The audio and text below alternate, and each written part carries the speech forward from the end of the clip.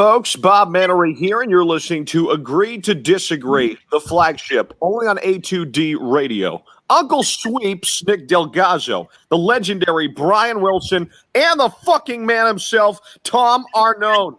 These three guys from Jersey bringing you real talk with no agenda. You don't like them? Tough shit. It's their show, and they're going to say whatever the hell they goddamn want.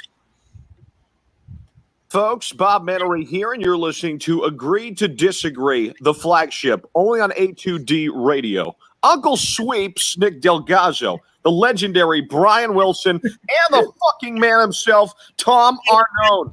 These three guys from Jersey bringing you real talk with no agenda. You don't like them? Tough shit. It's their show, and they're going to say whatever the hell they goddamn want. Cue my music.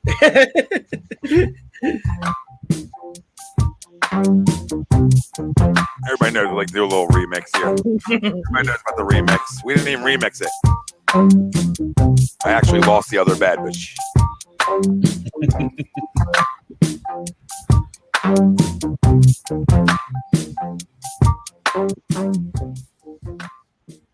welcome in, everybody. Agree to Disagree, only on A2D Radio. Every show and every Sunday, we're brought to you by our doc. Make him yours, Dr. Paul Vidal, Specialized Physical Therapy, LLC, Burlington, Cherry Hill locations. Find them on the web, specializedphysicaltherapy.com. Let them know A2D sent you. Tom Arnone, Greg Milakovic, Nick DelGozzo. No Brian Wilson tonight. Crumb are stepping in for him. We appreciate you, Crumb. Thank you, pals. I'm excited. We got a jam-packed one for you tonight. Crumb of the week, like we do every show on Sundays. Around the NFL, do a quick whip around. I mean, most teams that were seeded in the playoffs won today, I believe. So I think they status quo, it looks like, for the most part. Sixers final roster. We'll get into that. Is this the final roster? Is there going to be any more little moves? I don't know. It looks like this is going to be it, but we'll talk about it and see what your guys' opinions are of it. Jeffrey Lurie, not happy. Big topic of conversation this week. Well, what does that say for the future of Howie Roseman and Doug Pederson? I don't know. I guess a lot's going to determine what happens the rest of this year, so we'll discuss that. Eagles Seahawks preview. Give your score predictions, offensive, defensive players of the game. Give you guys a chance. Win $100 free A2D merch. All you got to do is nail the prediction.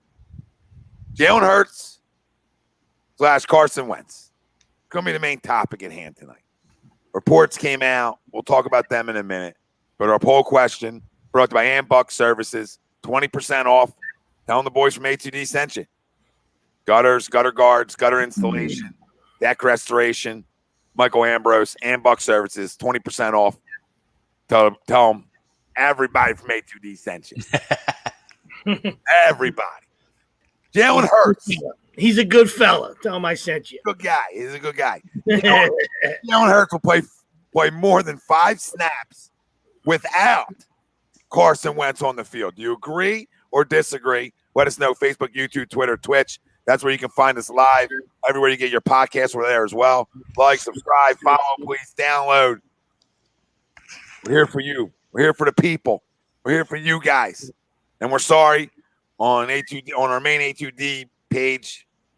There's a little hiccup with live streaming because of some FB rules, I guess. So we're on A2D Live, so that's where you can find us for the next week.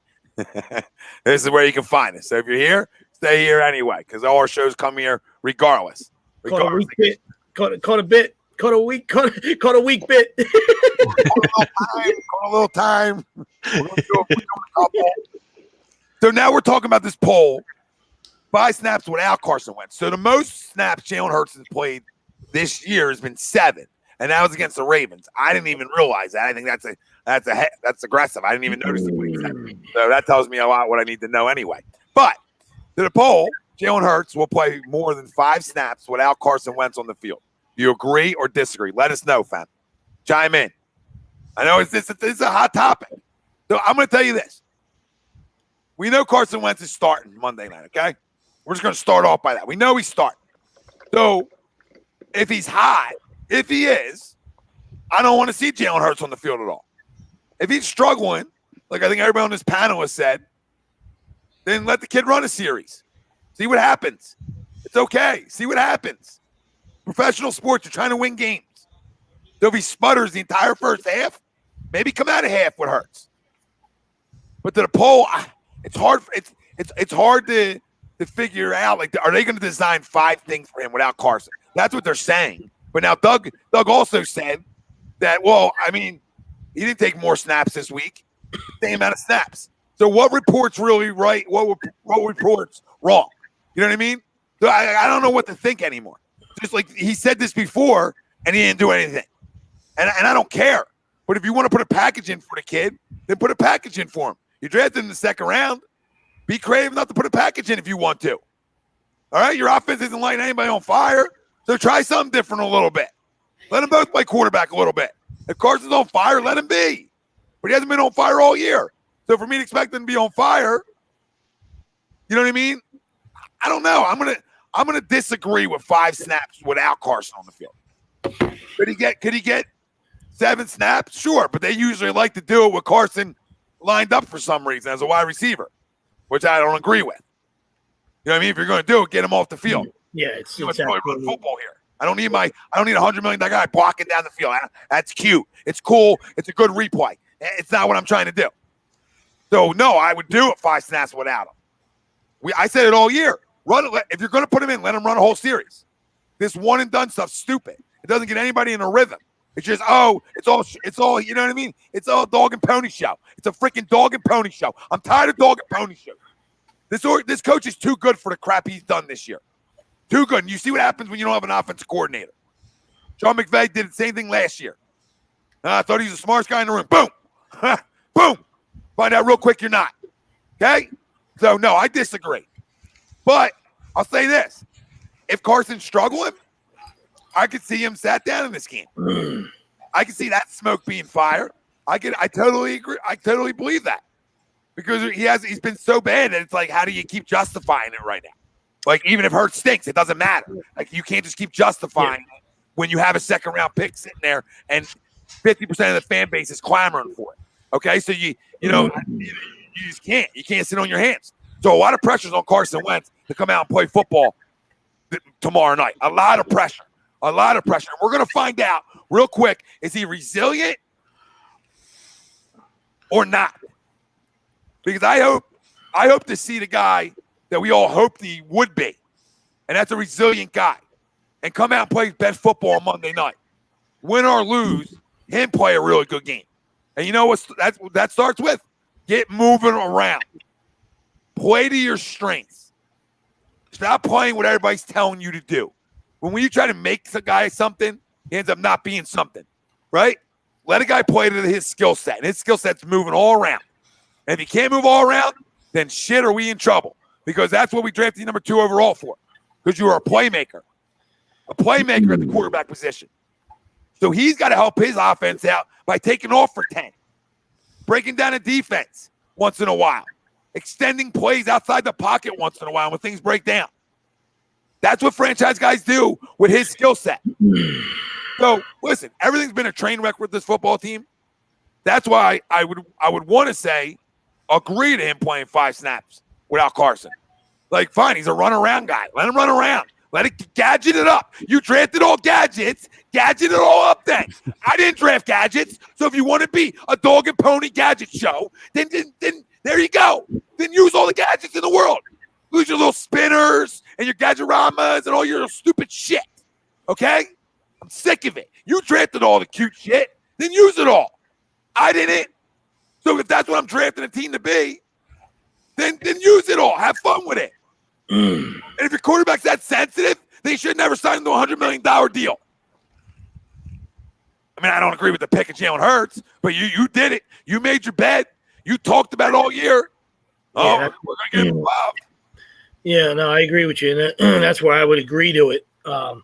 Just because, like you said, with the smoke, I was leaning towards the old, when there's smoke, there's fire. You know what I mean? And I think there's a lot of heat going on. Whether Jeffrey's starting to chirp a little bit, which you never really hear from him. You know what I mean? Not saying that he said anything, but it feels like he might be starting to. He might have called down and said, "Hey, tired of looking at it. You know what I mean? So, let's get some packages for this. This kid. If 11 struggles, all right, like he's been struggling. Hey, it don't have to be, a whole half, doesn't have to be a whole quarter, all right? But you need to take a peek at what the kid can do. You know what I mean? As much as, I'm not a huge fan, that doesn't mean that, you don't give the guy an opportunity, especially when the guy in front of you is doing everything, is doing everything in his power to lose football games. You know what I mean? Like when you turn the football over and you're indecisive and you're not making winning plays, all right, you're doing everything else. You're doing everything to lose football games. And that's, I understand it's a team effort. We told that what we talk about all the time. It's not just on him. All right. They're leaking oil all over the place. All right. But he's the guy at the top of the top of the list. All right. Him and Doug and Howie, because, he went shopping. I get all that, you know what I mean? But, people still, we keep beating a dead horse, people still pick them to win 10, 11, 12 games, you know what I mean? So, I understand that, you know what I mean? So injuries, derail you sometimes, and obviously executing and poor play, you got to somehow make up for that, and that's where the coaching's not making up for any injuries. For poor play, next man up, all that mantra, all that's gone that was there a couple years ago. You know what I mean? So I would agree to it just because, like I said, I feel like I would agree to it just because, like, I feel like everybody's taking the heat probably in the NovaCare Center. So, it's probably time, you know what I mean? So I don't think they're smart enough to try to trick the Seahawks to thinking they're, hey, he got a lot of more snaps with the ones this week. Let's prepare for it. Like, I don't really think they're smart enough. You know what I mean? Like, they haven't shown they are. I'm sorry. You know what I mean? Like, I just, like Tom says, hey, you just go from being a good coach to a bad coach. We're kind of seeing it. I don't know. It's unfolding in between our eyes. You know what I mean? So I don't compare him to anybody else or anybody that left town. You give them all the credit in the world for 2017, all right, but to me, it's a regress city from him and Carson. So, we'll see. Yeah, and I think, like I said, I never thought he was the greatest X and O guy. When you talk about Doug Pederson, I always thought he was a great leader of men. So, like, I thought he was just a good leader, and with the right pieces around him, that kind of coach can be really successful. You know what I mean? And when you win a Super Bowl that early, you end up losing a guy like Frank. And now I understand Frank's the smartest guy ever, and I like Frank Reich. But no way, shape, or form is Frank Reich a better head coach than Doug Pederson, because Frank Reich doesn't have a Super Bowl ring as a head coach. Like, he has it as an offensive coordinator, but he doesn't have a head coach. And I thought we judge head coaches off rings, right? So I can't take it away. And I'm not looking back at 2017 either. I'm just talking to the people that do and say, "Oh, you can't lose Frank." Well, he's going to go. You just won a Super Bowl. That's what happens. That's what happened. Sean McVay, it happened to, right? And then he thought he could call his own goddamn plays. And they didn't win a Super Bowl, right? But he thought he could call all his own goddamn plays. And guess what happened? They stunk. They stunk because he's not the smartest guy in the room. And you need offensive coordinators in this league. Okay, that's why they're there for. They're there for that reason. Your job is to oversee everything as a head coach, right? Your job isn't just being offensive coordinator. Your job should be overseeing everything. That's what Mike Tomlin's done for years in Pittsburgh. You think Mike Tomlin's the smartest XO guy? No, he's a great overseer of men. He's a great leader of men. He's a great motivator of men, and he's a smart football guy. I don't think Doug didn't become not a smart football guy, but a lot of things have turned into that because of what you tried to. Your ego got in the way. Your ego got in the way, thinking you can do it all. So I give Doug one more year, right? But there better be an offensive coordinator in here next year, and if he doesn't do it, he's gone. Like, it's never too late to fire a guy, especially a guy who won a ring. You always want to give that guy a little longer of a leash, right? And he's had a long leash, but every year, like, he's done a lot with nothing too, with a lot of beat up dudes. And last year was a bad year, and they got lucky, but they were able to be a little resilient down the stretch. But I mean, nothing. It's like a micro. Everything's going wrong, right? And nobody's been good throughout this year. Like, nobody. I can't tell you he's been good. He's been bad. I've said it a million times. Bad play design, bad creativity looks bad. The jet sweep and you never hand it off is just the most atrocious thing I've ever seen in my life. Like, I know he's not getting it. Like, I know. I'm staying there at home. Like, yeah, don't buy into that. Don't bite on that. All right, Stay home. It got me triggered because Mark McClain, a buddy of mine on Facebook, tried taking shots now. he was taking shots earlier because I told him Doug's a better head coach than Frank, and he's like, yeah, that's crazy. That's crazy. That's crazy. You know what I mean? It's like, man, we overvalue. Like, I'm not telling you Frank's not a good head coach. I'm just telling you the track record of Doug Pederson's better. If we're talking about resumes, we talk about resumes. Guys get jobs and get money off of resumes. Guys get jobs and money. If Frank Reich failed in Indy, he might not get another head coaching job. All right, he might get another offensive coordinator job and then work his way to another head coaching job. Okay, if he failed in Indy, Doug fails here, he's getting another head coaching job immediately because he has a Super Bowl ring. Or if you like it or not, some bad organization will say, we want him, we'll take it. So, you know what I mean? That's just the way the league works. Please do. I'm just saying that's the way the league works. No, you're absolutely right. Jacksonville doesn't come scoop them up in a second. They Jets will do it before that. But you know what I'm saying? Like somebody will come scoop him up in a minute. Not saying that he's a great head coach because of that. I'm just saying because of the resume difference. So that's what I judge it off of. Frank's a smart guy, man. Nobody's taking anything away. And a huge part of us wins the Super Bowl. But, like, we got to stop being the ex-girlfriends. Like, he's not coming back. Wish him success and worry about what's going on at home. Oh, yeah. I mean, there's zero shot Frank's still here to this day. I mean, even if Josh McDaniels didn't screw us at the last minute and we lose Frank that all season, we were losing him the next year anyway. You know what I mean? It was just the way it happened. And then, yeah, of course, you're right. He goes away and Doug starts to falter and yeah, I mean, everyone looks over at it. But to the poll question, I do agree. I kind of lean to something Sweep said at the back half of his explanation. It seems like the coals are getting stoked over there at the NovaCare Center a lot hotter right now, right? The media is starting to buy into it too. You know, you're hearing reports that Doug's even being snippy more than usual with the media and just kind of like it just almost feels like to me that they're just like, all right, fine, let's give it a shot. Let's see if it works. We got nothing else going for us right now. And I mean, that's not necessarily a bad thing, right? Because if that sparks something, maybe, Carson sitting on the bench, seeing him, potentially succeed, lights a fire under his ass, right? That's all we want because he's going to be here, right? We know this about his contract. He's going to be here through next year. Nobody's trading for him. Nobody's cutting him. He's here through next year. So whether you like it or not, he's going to be here. The best thing for us as an organization, as fans, is for him to be successful, regardless of who's calling the plays, regardless of who's the head coach, GM. We need 11 to be 11. It's just what version of 11 are we getting? We don't know, Greg, and that's the problem. David, nobody's making excuses. I think we all agree on this panel. If he's not performing Monday night, he should be sat down. So that's just how sports work. That's how sports work when you're really bad. And he struggled, and there's no running from that this year. Yeah. All right, but I'll give a guy free. I'll give two guys who I know can do something, not a free pass, but I'll give you a year and say, all right, yeah, you guys both had a terrible year, but guess what? If you're staying next year, you don't get a terrible year. Like if we're talking the same thing next year, then guess what? We're doing. We're moving on from Doug and we're moving on from Carson. So we're going to find that out. We're going to find it out because there's no excuses. Everybody that's won something or been successful gets that 1 year of like, oh man, you really stink.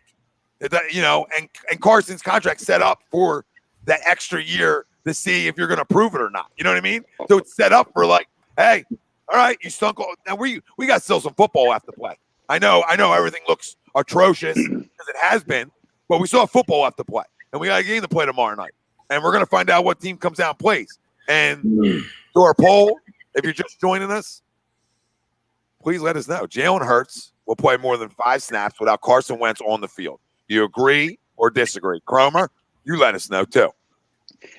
And yeah, real quick. We'll get to all your comments. 1 second, we'll read a bunch off. We promise. Let Crumb play. I mean, we're good to see Crumb. All right, let Crumb play a little bit. Yeah, listen, just to circle back on a couple of the points you guys made before I answer the poll question. One, you were talking about how we don't hear Jeffrey Lurie talk very often. It almost feels like the last time that these kinds of reports or that smoke started coming out was when Chip Kelly got fired that offseason.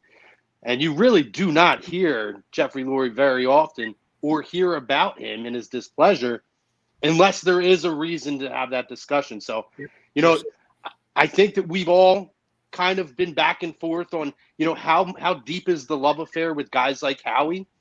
And I believe that, we're going to find out very quickly this year, because I do believe that I didn't think that Howie would be a guy that maybe Lurie was ready to move on from, but I'm starting to think more that nobody, aside from Carson, because of that contract, is safe on this football team. If anyone is, it's Carson right now for another year.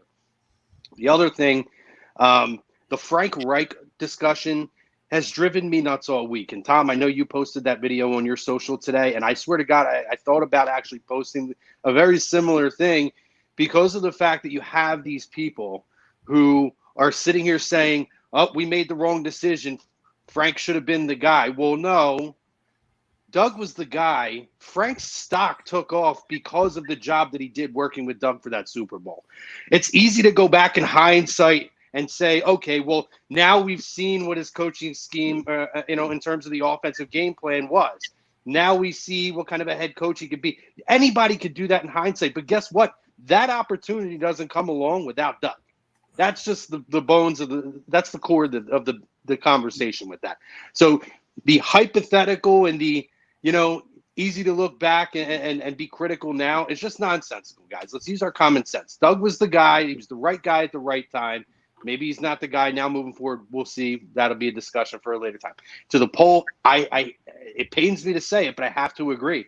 To the point you guys were making earlier, whether you like it or not, you cannot bench your franchise quarterback to start the football game. He has to play the first half. And I know I've said this to you, Tom, over the last week. If it's my decision, if you go into halftime and you're down 3 scores, 17 or more, something along those lines, or then you have to me, you come out the second half starting with Hurts, or you give Carson a drive or two to see if he can get something going in that second half. If not, I think that's the time. But you absolutely you don't bench Carson and start Jalen Hurts right now. And Greg, spot on. You want to see this guy succeed. Everybody's got to take off their agenda hats here. And guys, you want to see this guy succeed. That's the success of this organization. Why all of a sudden this massive hatred for this guy is insane to me. And I have to say, you brought up Sean McVay, Tom, and what a great name to bring up, because, look at the job that they're doing now with the offensive coordinator position. I know this is another conversation that we've had privately, but having it on here. They come back this year. They were terrible last year on offense. Absolutely terrible. And I know you guys talked about Cooper Kupp wasn't there, and I get that, but they had a lot of weapons on that team. Last year, they went in big time. However, you come back with an offensive coordinator this year, and the offense is back. The offense is back because it's more of a streamlined situation. There's too many voices in the room right now. There's way too much going on at this point. I agree. Doug has to come back. And with a short leash on a hot seat and kind of give him a chance. But to the poll, I agree, because unfortunately, this game should be set up for them to surprise people. One of those trick games if you're betting on it. But I just don't see it happen. They've given me no indication that I should have any faith in them. And unfortunately, I feel like this team is going to go into the second half down three scores, or down 2 scores, and then I could see Seattle coming out and scoring right out of the gate in the second half. So a little caveat in there. So you threw a little caveat in there and said you could, because you think more of the lines are going to get beat up and he's going to play because of that reason. Yeah, well then, I disagree, just because I feel like and this is no homer. Like, I got just the line's weird about it. Everything's like set up for them to get their ass kicked, and I don't know, man. I just think that guy's tougher than that, and I think he's going to play. I think he's going to come out and play his best football. That doesn't mean I think we're going to win, but I think if there's a time for him to play his best football, it's got to be right now. And I got to hope he's going to come out. That's the only reason I disagree to it. So like, I want the other side because of that reason. Where if he's playing well, I'm not getting cute and gadget and stuff. If he stinks like he's been stinking all year, then come have a seat. We're good, and we'll let the gadget run around and hopefully make some plays. But like, again, if they want to. That was the only thing sorry. No, I'm just saying, if they want to run him out there for a series, and that's something that you have built in, even if Carson is playing well, then fine. Then go ahead and do it. And that's the only way you can go over 5. You know what I mean? I would agree with you, though. I mean, Howie's built this team like P.T. Barnum. It's a circus what they've built in this organization. And you're right. There's gadget guys all over the place. However, we sit back, look at Justin Jefferson again today. Just say another name. I sit back and I just look at the way this team is built and the job that Howie's done, and it amazes me. And to the guy who asked earlier, why have all these GMs lost their jobs and Howie's still here? It's because they're still in contention. Those teams are out of it. At that point, this is the time of year when you're out and it's bad, you start seeing guys get the axe. Unfortunately, because our division is an atrocity, I think that's a key too right now as to why Howie is still there at this point. Plus, I think Jeffrey Lurie is going to give him till the end of the year to see how it plays out. We know how it's probably going to play out. And I agree with you, buddy. And that's what happened. That's what's happened for the last 2 years. You know what I mean? You're in an absolute fucking shit division, and it sometimes gives you false hope. You know what I mean? So, but last year you're playing good football down the stretch. All right, whether it was tomato can soup or not, you're still playing good football. And if Wentz doesn't get a concussion, they probably win that game. I mean, coulda, woulda, shouldas. Nobody can say that. You know what I mean? But with McCown in there, they had a chance to to come down and tie the game up there at the end. You know what I mean? So you would think if he was healthy and he played the whole game, they would have had a shot to win. But who knows? You know what I mean? But the only thing I would disagree with Cromer on about tomorrow night is the score dictating anything. You know what I mean? If he is absolute horseshit and somehow you're miraculously only down 7 or 10, and then I'm still going to pull the plug. You know what I mean? So It all depends for me on how he's playing. Score not necessarily dictating that. You know what I mean? But if you're down, you're down, 3 scores, absolutely. Then you might as well let it rip. You know what I mean? But I'm saying if they're fortunate enough to get a couple turnovers themselves, change field position and only be down 7 or 10, but he's absolutely horrible, where he's, 6 for 22 with a fumble and a pick or something and he just looks lost again, then it's time. I would agree with you. I just don't see Doug doing it. I don't see Doug doing it unless it's glaringly obvious that move has to be made. He'll find a way to make an excuse to not pull the trigger despite how bad he might be playing. We've seen it come from Jeffrey, right? This organization loves to put caveats on situations, right? Jeffrey came out it's claimed that if we don't make the playoffs, stuff's going to change, right? And Sweeps, as you said, I was on that train kind of last year too. Like we're putrid, right? So making the playoffs just kind of like, put some axe. We took an axe shower last year. On how bad we were because, making the playoffs kind of like, took out the stink of what that year was. This year, sadly, because we're still in that putrid division, we can still make the playoffs. But so to your point, I do think it is correct. He gives them to the end of the year just because that's what this organization does. They give that caveat of, I'll give you the carrot at the end of the tunnel if you can get there. And I think Doug's probably got it in his head too for a situation for Carson, either a full benching or just a restart type of thing. He's probably got something in his head as a caveat, like, if it's not this, then I can't justify it. But if it's this, then I can make it happen. You know what I mean? For sure. Yeah, like I said, and to Anthony, and we appreciate you always chiming in every week, brother. We love you, but it's the same thing every week with you, buddy. I mean, we understand there's other factors in it, all right. But at some point, you got to take some responsibility for Wentz, don't you? On himself instead of at the end of the game and saying I got to be better. You know what I mean? So I give the kid credit always for facing the music and saying the right things, all right. But that lip service only goes too far. You know what I mean? Like if you're changing plays, then call some slants, all right. If your offensive line is atrocious, get rid of the damn football, right? Make better decisions, right? That has nothing to do with offensive line and weapons on the outside or anything like that, right? Come on, that's all we're saying. You know, I'm tired of hearing that excuse too. You know what I mean? You can't have everything. You know what I mean? Like we said, we try to be in the middle. You know what I mean? Like we're not haters. Like the haters can't just. The haters are enjoying this. All right, they might tell you that they're Eagle fans, but they're fraud Eagle fans. All right, and then they can chime in and say, "Who's this fucking guy? Tell him to shut the fuck up." You're frauds because we know that you want this guy to fail, and that's the bottom line. You want him out of town, whatever it is. The religious aspect, the fact that him and Crumb are brothers. That he's a ginger. I don't know if that pisses people off. I have no idea. Or he wasn't there to actually hoist the Super Bowl, the trophy. I don't know what it is, but the hate is ungodly. All right. And then, like you said, then there's guys that are on this side that he can't do no wrong. And then that don't do you any good either. You know, you gotta shine those glasses off and get in the middle and call it like it is. All right. And that's what we try to do here. You know what I mean? Like I said, it's a blessing and a curse in this city. Well, big Eagles fan, right? Like all big Eagles fan.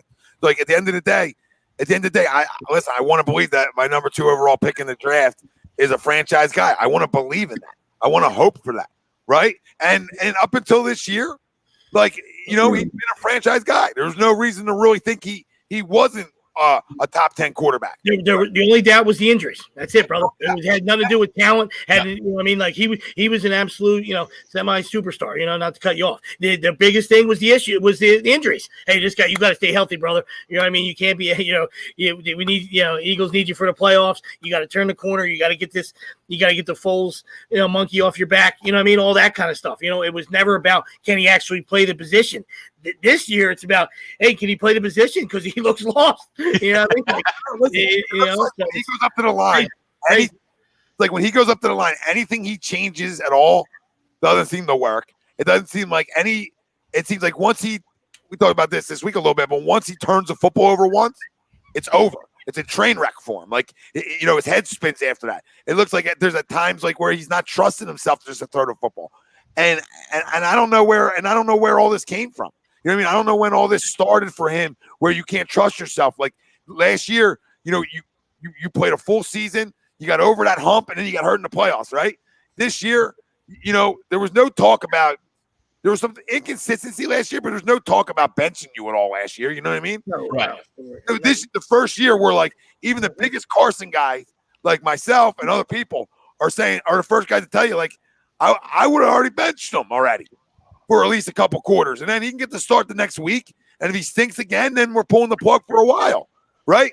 But at the end of the day, like, I got no problem when you play this bad to say, man, yeah, you can come down with us. You can come over on the sidelines, see it from a different view, right? And maybe you figure it out a little bit. So, like, anybody that thinks that, like we all know it's not all him, but when you turn the football over at an alarming rate, it becomes a little bit on you too, buddy. Like, it becomes on you too. When you turn it over Jameis Winston style, it becomes on you. You lose jobs because of that. You're not considered a franchise quarterback because of that. But listen, there's a lot of franchise quarterbacks who have had bad years. I mean, Peyton Manning's one that comes to mind, and he had a bad year with 3 Hall of Famers. So, like, guys have bad years. So it's not, like, unusual. But you got to the fact that you're still in the hunt for something in that locker room, right, in terms of the playoffs, like, you still should be thinking that. Like, us as fans can think you're dead in the water, but you as a player still have hope, right, to get in the dance. So you can still revive your season inside your locker room, right? So this is a monster game for him. It's a monster. I don't care who's playing around him game for him. I don't care. It's the first time you hear me say that. I don't care if it's him versus the whole Seattle defense. I don't care. He's then's got to figure out how to make a play by himself. Like, at the end of the day, he's too athletic and he should be too dangerous to be a cute pocket guy. When I watch all these other quarterbacks around the NFL that can move all around and make plays. Okay? So at some point when you play this bad, regardless of what's around you, you have to, on Monday Night Football, and a must-win for your football team, inside that locker room per se, inside for guys' jobs. Guys' jobs are on the line, it seems like, right, for the first time. You better play your goddamn best football. And like I said, it should be. Like, jobs should be on the line. You know what I mean? You're tired of looking at it. You know what I mean? So, if he's changing all these plays, then that means he has no faith in the coaching staff.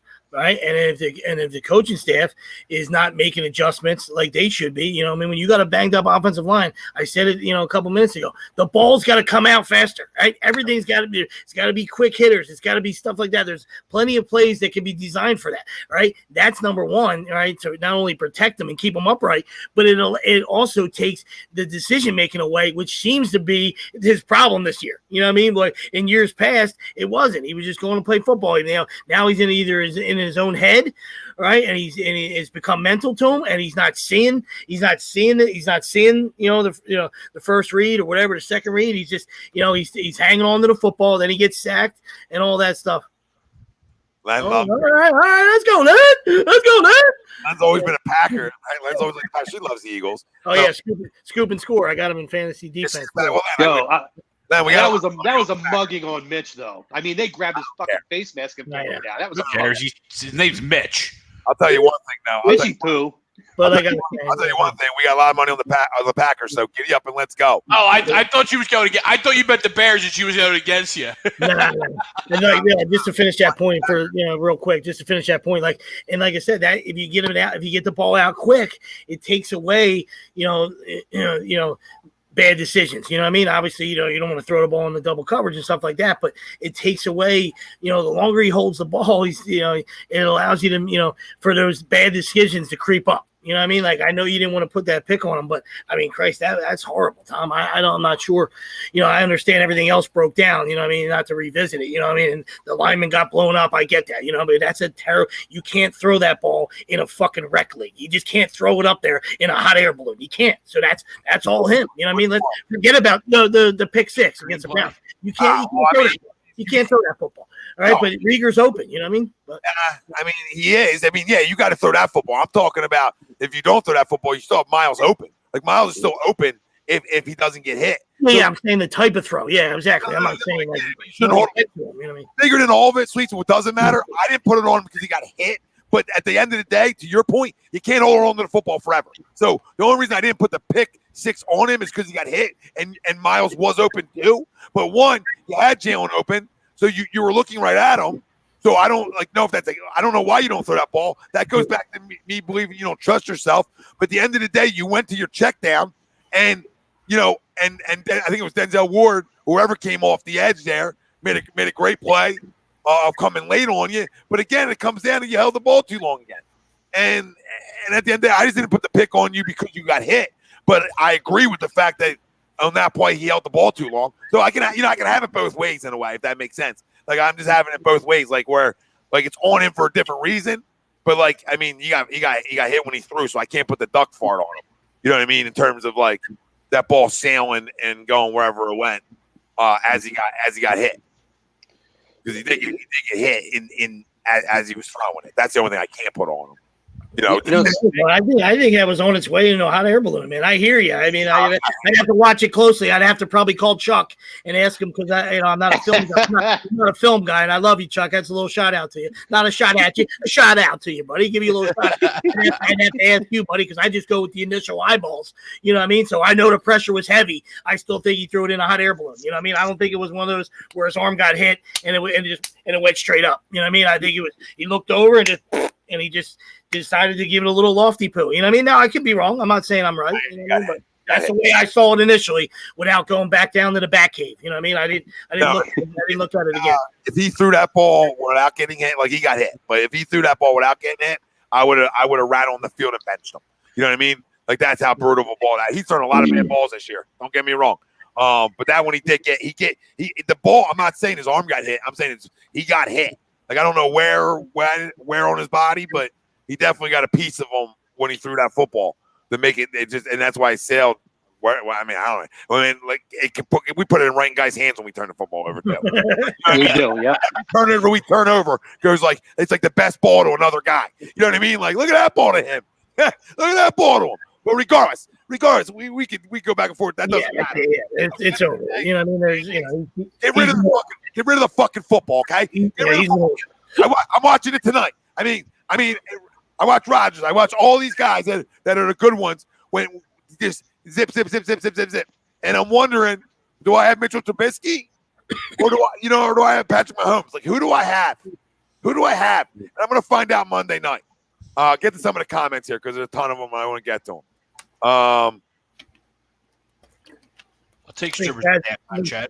I think he's from Texas too. Yeah, thanks for chiming in, Chad. Yeah, Chad. He said 2020 can kiss my ass. Super Bowl ring for the year will be a pile of dog crap with a fake diamond on top. Hopefully, we'll have strippers at halftime this weekend. You could. You very well could. Strippers always a good time. I don't care where you're at. Yeah. Marquis says Eagles need to stop looking at the Pac-12 and Big Ten for weapons, meaning wide receivers. You're right, man. I mean, listen, this team never look. I mean, I feel like Howie likes to visit the West Coast a lot. You know what I mean? And he's a West Coast type of guy to me, and that's why you see everybody. That's why you see everybody from the West Coast is because that's where he likes to travel to. Yeah, Dak. Listen, that's what that's what you need. You need to be a smart quarterback. I watch Rodgers do it all the time. I watch Brady do it all the time. I watch all the good ones throw the ball away. They'll spike it into the ground, like in front of a guy. If they don't feel like something's there. Like, I mean, it's just confidence. It's confidence in what you're seeing and believing it. You know what else it's confidence in? That you don't give a fuck about Twitter. You don't care about the rats. Like, oh, look at this bad ball. No, I'm throwing it away on purpose because nothing's there.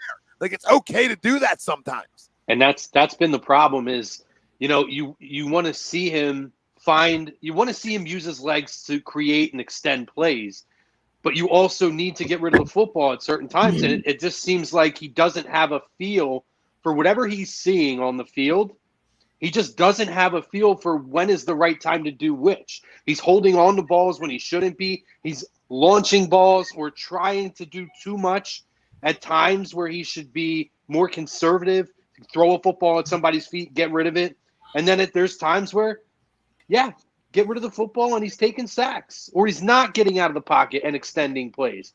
Whatever he's seeing on the field, total opposite than what we saw in 17 and parts of 18 and even his rookie year at 16.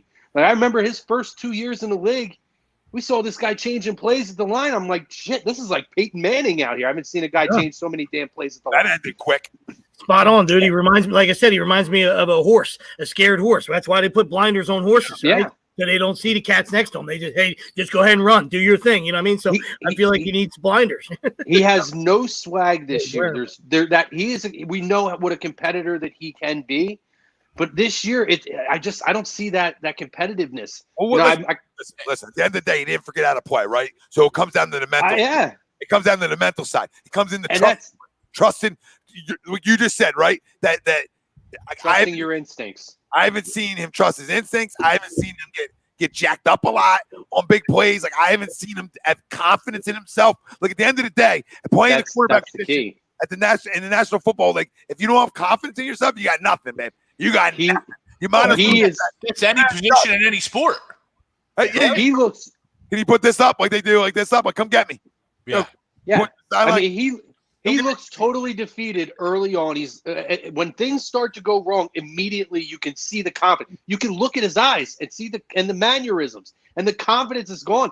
It almost feels, I talked to you before about, I feel like Doug this year is coaching more on reaction instead of being proactive. Instead of being aggressive, he's being more reactionary and gets into survival mode, but he's also being very stubborn. When I look at Carson, to me, it looks like as soon as one thing goes wrong, he's expecting everything to fall apart for the whole house and all the bricks to fall down, and he's in survival mode at that point. And it's been almost every game except for the Cincinnati game. It's the one game and the 2 losses against the Steelers and the Ravens. There are only 3 games where I saw this guy pick it up and look a little bit like the older guy where he has that never quit attitude. But everything else to me has been, I'm just trying to survive to get to the end of the game and to get to the end of the year. He's gotten worse he's gotten worse every week by week here. Like, absolutely. Like after the Giants game where he played really bad, the first one where we won, and he made big throws at the end of the game, to win that game, it was a resilient win on his part. And then after that game, it continued to get worse and worse and worse and worse and worse. And if you're throwing for like 150, 200 yards and you're a franchise quarterback in the National Football League, is almost like unacceptable. Like if you're throwing for like 200 with, go ahead, Greg, you're throwing 200 with 50 attempts. I'm like, you stink. Like if I'm looking at the box score, I say you stink. right? So if I'm thinking that in my head, and I would say about any quarterback around the league, right now he stinks. Now, I don't think he does, but right now he stinks.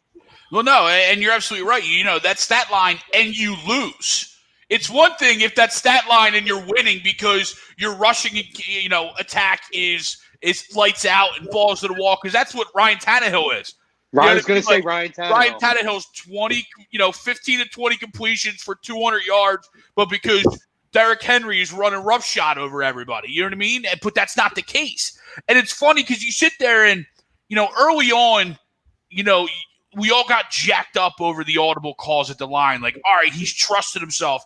He's there. He's in the zone. He's seeing what the field is or the defense is giving him or taking away. And now it just seems like either it's bad play calling coming in or it's Carson doesn't trust it. And it's almost like, obviously they watched a lot of tape. That's all they do all week, right? Doug's got to know what he's autoing into. So he's got to figure out, and again, this might be where an offensive coordinator comes into play, where we can figure out what is Carson continuing to audible into to see if we can just get him into that right off the jump, so we can kind of get him in a flow as opposed to calling in a play and then getting to the line and being like, oh shit, what do I do from here? Because you don't have any, because you guys have all said it. He has no confidence in himself. He doesn't trust himself, let alone anybody around him.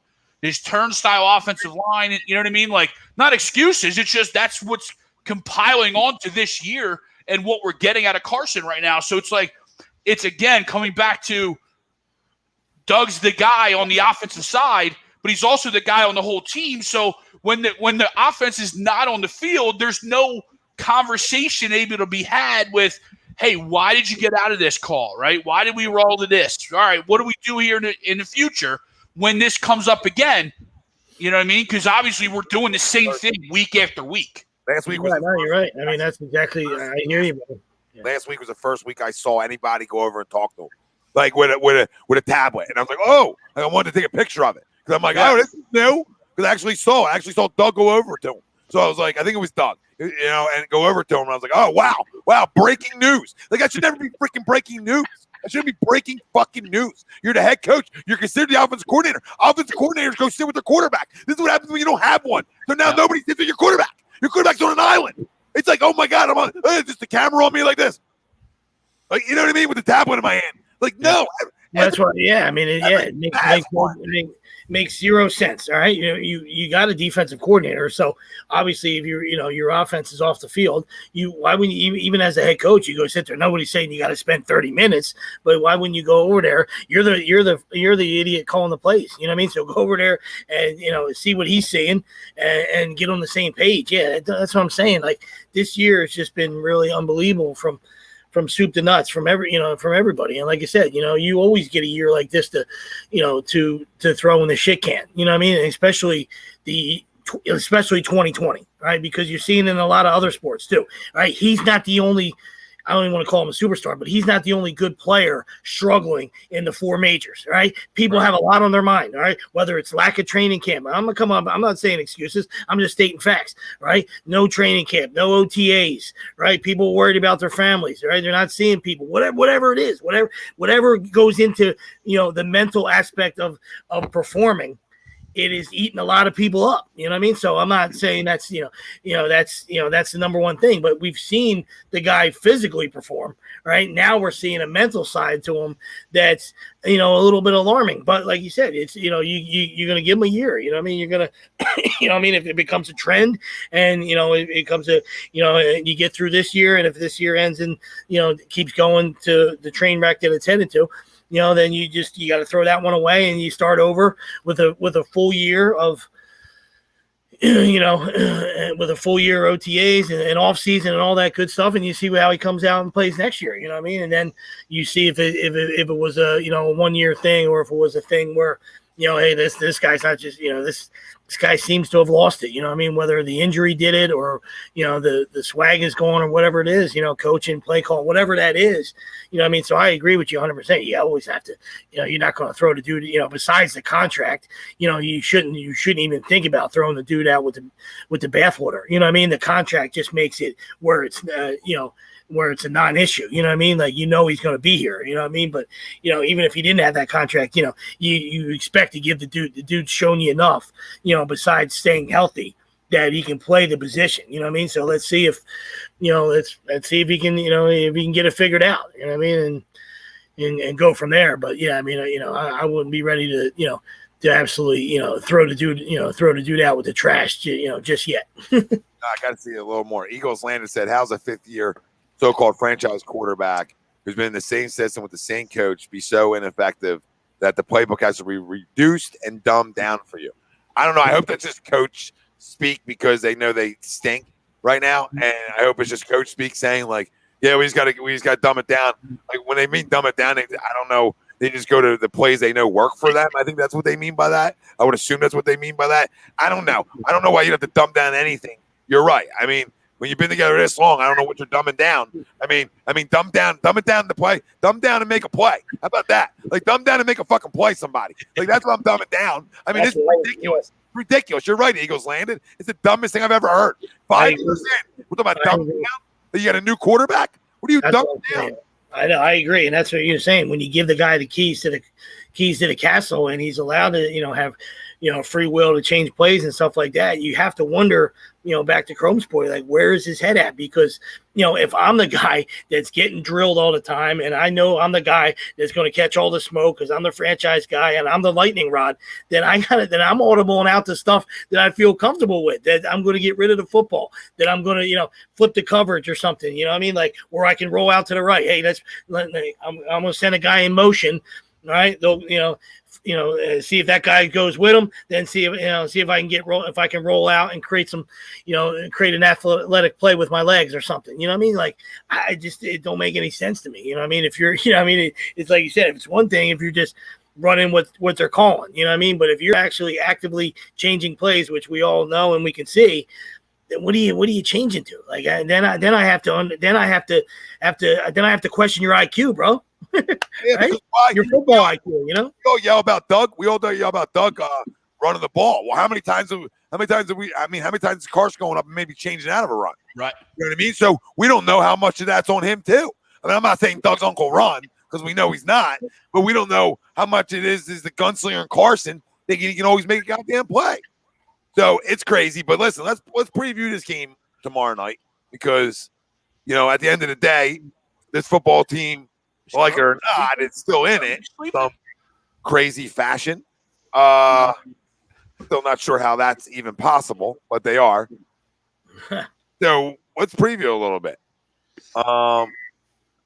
What's Kyle saying? Tommy, give me some of that bang. I'm getting fired up. Oh, it's the best. So delicious. Where are we at? We're going to read the comments too. You guys are flying in. I freaking love it. Thank you. Or no, that wasn't thank you said that. Bobby Eagles. He might not be changing the protection correctly. I mean, it might be a clusterfuck of like what he's doing. Like not putting you in the right play, not putting you in the right protection, or listen, I wouldn't even touch protection up front because at the end of the day, I wouldn't be changing nothing with all my offensive linemen moving around the way they have. You know what I mean? I don't know. It's just a mess. But previewing the game a little bit, give her score predictions. Give me offense, defensive player of the game, and give me your best case scenario too. Crumb, I don't know who I did this with yet, but me. You, Greg? Okay. Yeah. We did this Wednesday. We did at the end of the show, right? Yeah, but we didn't do real predictions, so we just did best and worst case scenario, so. Yeah, okay. So we're going to go predictions, but then give me your best case scenario. All right, what was the best case scenario happening? So, you know, score-wise, I'm not going to run from it right now. I mean, 28-17 Seahawks until the Eagles prove that they can beat somebody. You know what I mean? Like, I'm not going to pick them. You know, now, with that being said, this is a game they go and win. Makes sense? Like, this is a game they would win because, like, everything's blowing up. So it's like a game that nobody thinks you're going to win. Like all Vegas is on Seattle, right? And it's like a game you win outright, right? Because the NFL's weird. The NFL, we watch it today, right? I mean, the Raiders are playing pretty decent football, and the Falcons smoked them. You know what I mean? Smoked them. So it's like, you watch around the league, and sometimes teams just show up. Sometimes they just show up, and maybe it's a game they show up. My best case scenario that they would win this game like 28-24, you know what I mean? 24-21. I mean, that'd be my best case scenario. But I don't think they win it. But 648.5. That's where it's at right now. Yeah, I take the Eagles with 6 tomorrow night. Because I mean, Seattle's good, and Russell on primetime's money. But their defense has a little to be desired at times. Obviously 3 really good players over 4, because KJ Wright's a good player too. But like 4 really good players over there, on their defense side of football, but they haven't been perfect. There's reports out that guys are playing sort of their own and not playing the system. You know what I mean? Sort of roaming free and not playing system football. They can be beat defensively. The only way we go out and beat them is Carson's got to spin it. And our defense has to create a couple turnovers. And it doesn't have to be all from Russell Wilson. You know what I mean? But we have to create turnovers. If it's a special teams turnover, I mean, we don't even know what that is. But if it's special teams, can we get a strip and a fumble one time, like from a running back? Like, can we knock a guy out after catching a ball and he fumbles it one time? Like something, please. Because I'm done asking for interceptions. Like, that's just, why would we ask for an interception? And that's why I don't pick Russell off twice. Come on, you know what I mean? Like, he'll get picked off twice, and then listen, he'll throw off a punt one time. I just think they got to, Greg. I think they got to take the football away 2 times tomorrow to be in this game. And then they have to, or get off the field a ton on 3rd down, one or the other, right? Like, they either have to take the football away twice, or they got to get off the field a shit ton on 3rd downs. Something that they're great at, both of them. They stink. Yeah, I mean, you're such uphill sledding to win this game tomorrow. But watch, they'll go win it though. They'll go win it. Carson will come out, throw for 330. 2 touchdowns. Every play's a rollout. Yeah, yeah. Every place. You look at Jared Goff. You know what I mean? It's like, is that the Rams offense? Everything's a play action rollout. But that being said, I need my running back to hold on to the goddamn football tomorrow.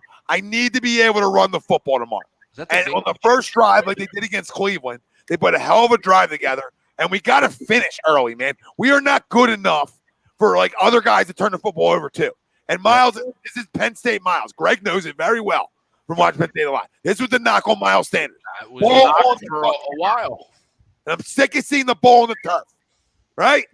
One job. Hold on to the football. Same thing as it goes with the quarterback too. Both you two. I can't have my 2 best players on offense turn the football over all time this year in big spots, right? Miles, that's 2 big fumbles in 2 games, right? On opening drives. Not late, not in the middle of a game. It's never a good time for one, but opening drives. Particularly with a quarterback who we're talking about, it seems like once the first thing goes wrong, the wheels start to come off. So when you're fumbling on the opening drive, when they drive in the red zone, that immediately takes the wind out of Carson's sails. And again, I don't ever see him recover. He just shot a deer, Crumb. You know what I mean? It's like getting shot. It definitely takes the wind out of your sails, because now it's like, shit, nothing's going, we can't get anything right. And in the game against the Rams when he fumbles early. So nobody's taking care of the football, from your quarterback to your running back to your defense doesn't take the football away. They don't even know what that is. So it's like, I don't know. It's like everybody forgot how to coach. All the players aren't good enough. Uncle Missionary on defense, he don't change nothing up. I mean, God forbid, he's not even going to spy Russell tomorrow night. So you watch that. You know what I mean? Because he's the smartest guy in the goddamn room. I'm just tired. I'm tired of watching crap. I need a win tomorrow night somehow. I need to feel good about something. I need a football team to be pissed off. They told me they're pissed off for the last 2 weeks. Well, I haven't showed it to me. So I would love to see that pissed off team. And again, the only way you win this game, in my opinion, is either Carson's got to sling it or this defense has to ball out. One of the 2 has to happen. And I would like to see both. That'd be nice, because a roster that we thought's better than it's played should at least give us that once in a while. Or we're all idiots on this roster too, because we thought this roster would be better. right? We all did. Mm-hmm. So no, you're absolutely right. And going back to those fumbles too, if this team is what we thought they were on the year, those are 2 games and 2 drives in early games that you thought they should be able to win. You know what I mean? Especially the Cleveland game, right? The Rams game was always going to be tough because I think we all thought the Rams were going to be at least decent, level with the Eagles, right? And we knew they had weapons. But again, you're right, Tom. They go in, we lose an early fumble on a big opening drive that then puts them on their heels instead of us. And now those games look out of reach already, and it's still the first quarter. You know what I mean? On games that we should be in. It's different if it's like the Ravens or the Steelers where we got beat up on. Well, the Ravens game, we dropped the touchdown. I mean, That too. My best player outside of Carson Wentz on offense dropped the touchdown wide open. I forgot about that one. It's like my better players need to step up too. Like, it's a step up for everybody. Step up for Carson. Step up for Kelsey if he can step up anymore. You know what I mean? Isaac Salamalu's back. Like, he's a veteran. He needs to step up at left guard. I mean, step ups need to happen out of their better play. Alshon Jeffrey, you get paid a lot of goddamn money. Step the hell up Monday night, okay? Darren Wager, you're a first-round pick. You need to step up tomorrow night. I mean, Miles Sanders needs to step up. Carson Wentz needs to step up. So, like, you're getting some guys that are too good, or supposed to be too good, that haven't stepped up at all this year, right? At all. There might be little spurts to step up, and I'm tired of hearing how Miles averages this per carry. We can't put the football on the turf at this level consistently. All right? So that goes for this whole team. So when your quarterback turns the football over a lot, everybody starts turning the football over a lot. It's like hitting's contagious. So are turnovers. Yeah. I was just gonna say yards are cute. All right, points win. Points matter. You know what I mean? So like you can, like you can be the biggest, stat collector in the world. You know what I mean? If you're not finishing and you're not, in this sport, we were talking about scoring TDs. You know what I mean? But in any other sport, you know what I mean? You can accumulate stats all you want. You know what I mean? You got to finish. Be a finisher. You know what I mean? So good. I'm glad Miles averages 8 yards. All right, but still, he's not finishing. You're not finishing, pal. All right, you got, so. Especially inside the 5, inside the red zone, and, inside the scoring area. You know what I mean? Obviously, you don't want to turn it over in your own end, but, you certainly, what a fucking killer it is when you're going in. You know what I mean?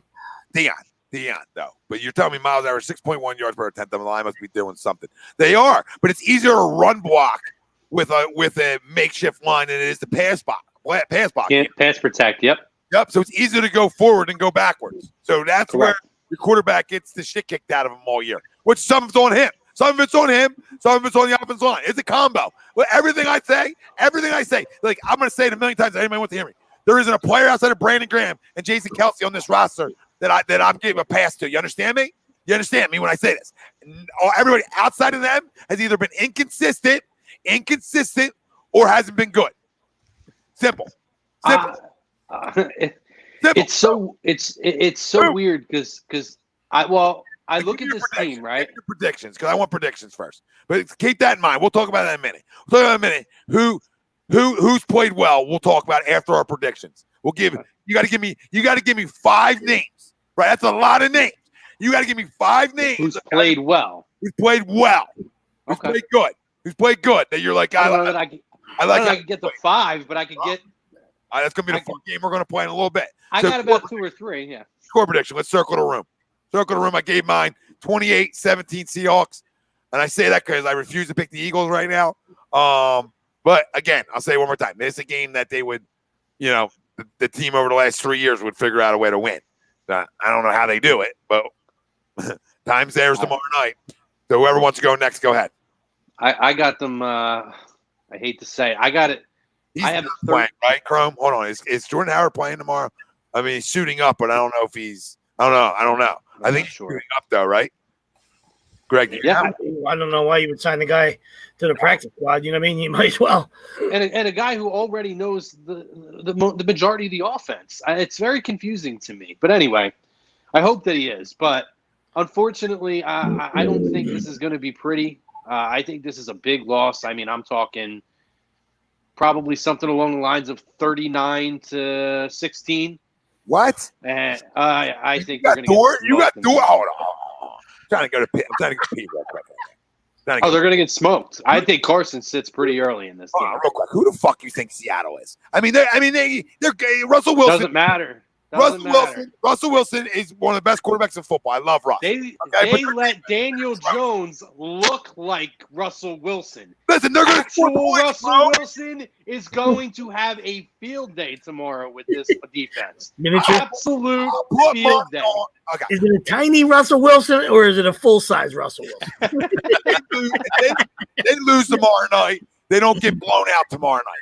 Okay, they'll lose tomorrow night. They're not getting blown out tomorrow night. I agree to disagree. I think this is going to get ugly. The blowout almost, but I mean, you're like 39-16. I mean, grow up. 39-16, and one of those touchdowns is going to be from Jalen Hurts in garbage duty at the end of the game. I can't with you. I mean, now you're. I mean, I know I got negative. Sorry, brother. Greg. You can't throw eggs at the guy's car. You asked him. Jesus.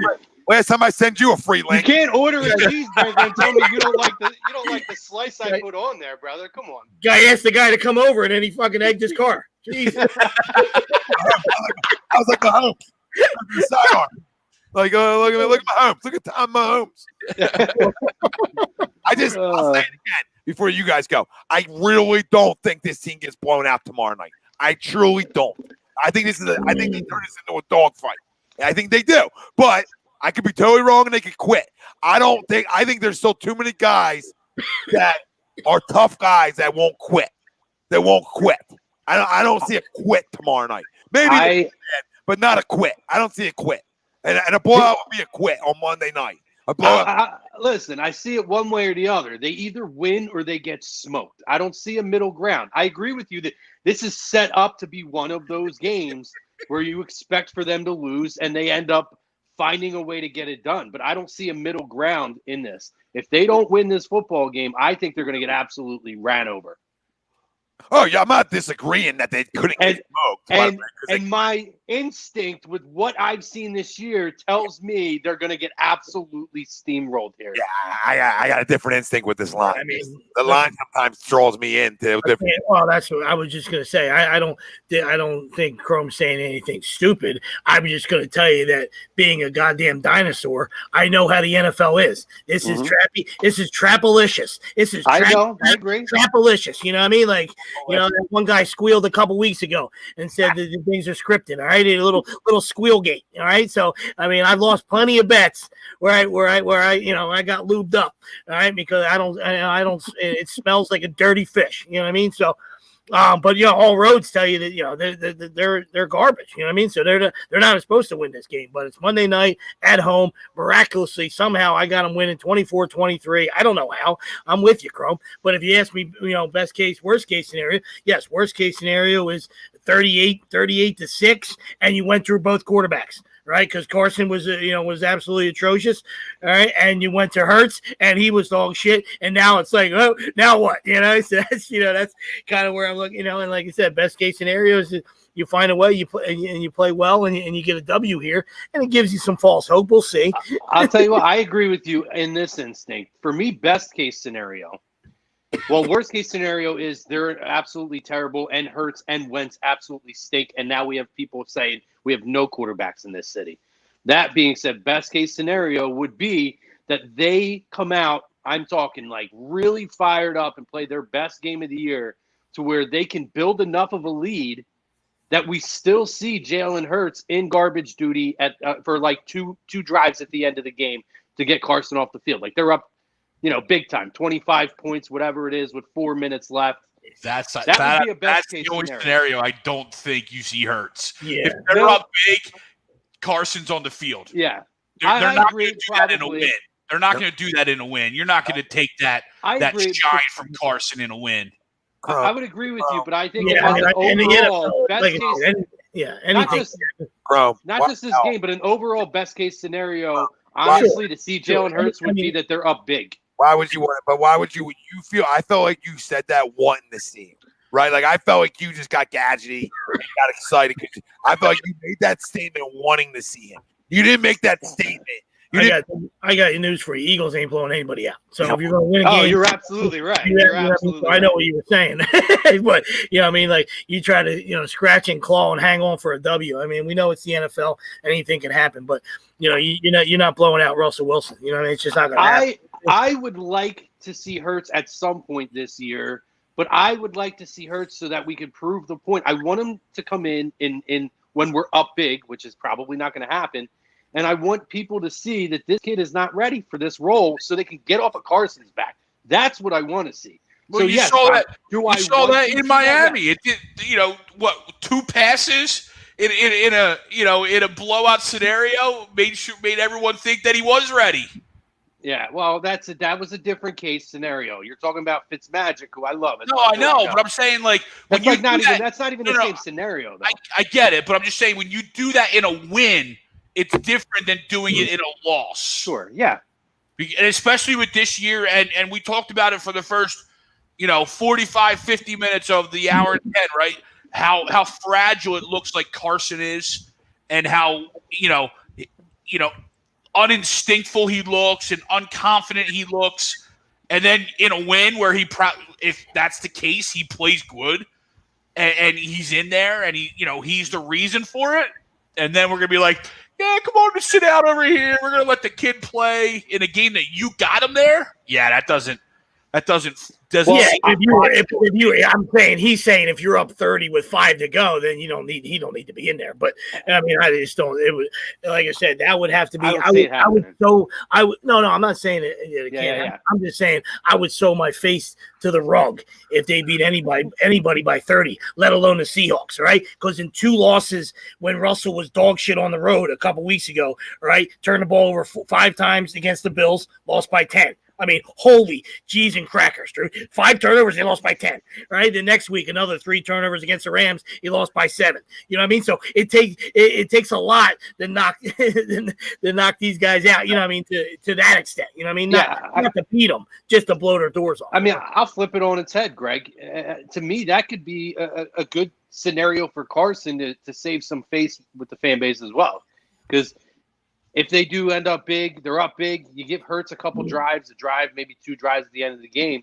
That's easy pickings for Carson to stand up in front of the media, who's been trying to create narratives, and a lot of these guys have agendas, and just say, hey, we felt like we, as in I'm a part of this decision making, felt it was a good opportunity for this kid to get some experience on the field at the pro level. That way, he shows I played well. I'm confident in my role with this team as a starter. And I'm going to give this kid a chance to get some experience. To me, that's actually a win. It's an opportunity for him to win. Just like he signed off on the draft pick too, right? Real quick, back to the Mike McFly comment from earlier, bro. The 4 of us on the panel and you yourself could go out and look good in a Lincoln Riley offense in the Big 12.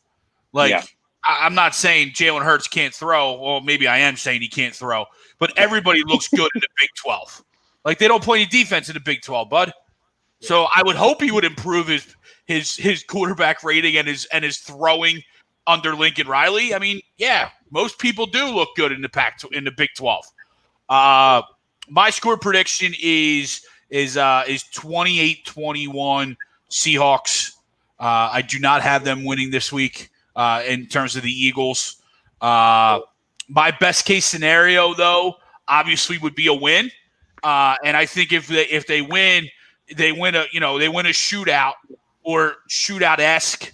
I'm going to go 33-30 Eagles. And again, I know the Eagles have scored less than 17 points in like every game this year. So how they score 33 points, I have no idea. But then again, that's the best case scenario. But my prediction's 28-21 Seahawks. Yeah. Crumb, did you give your players of the game?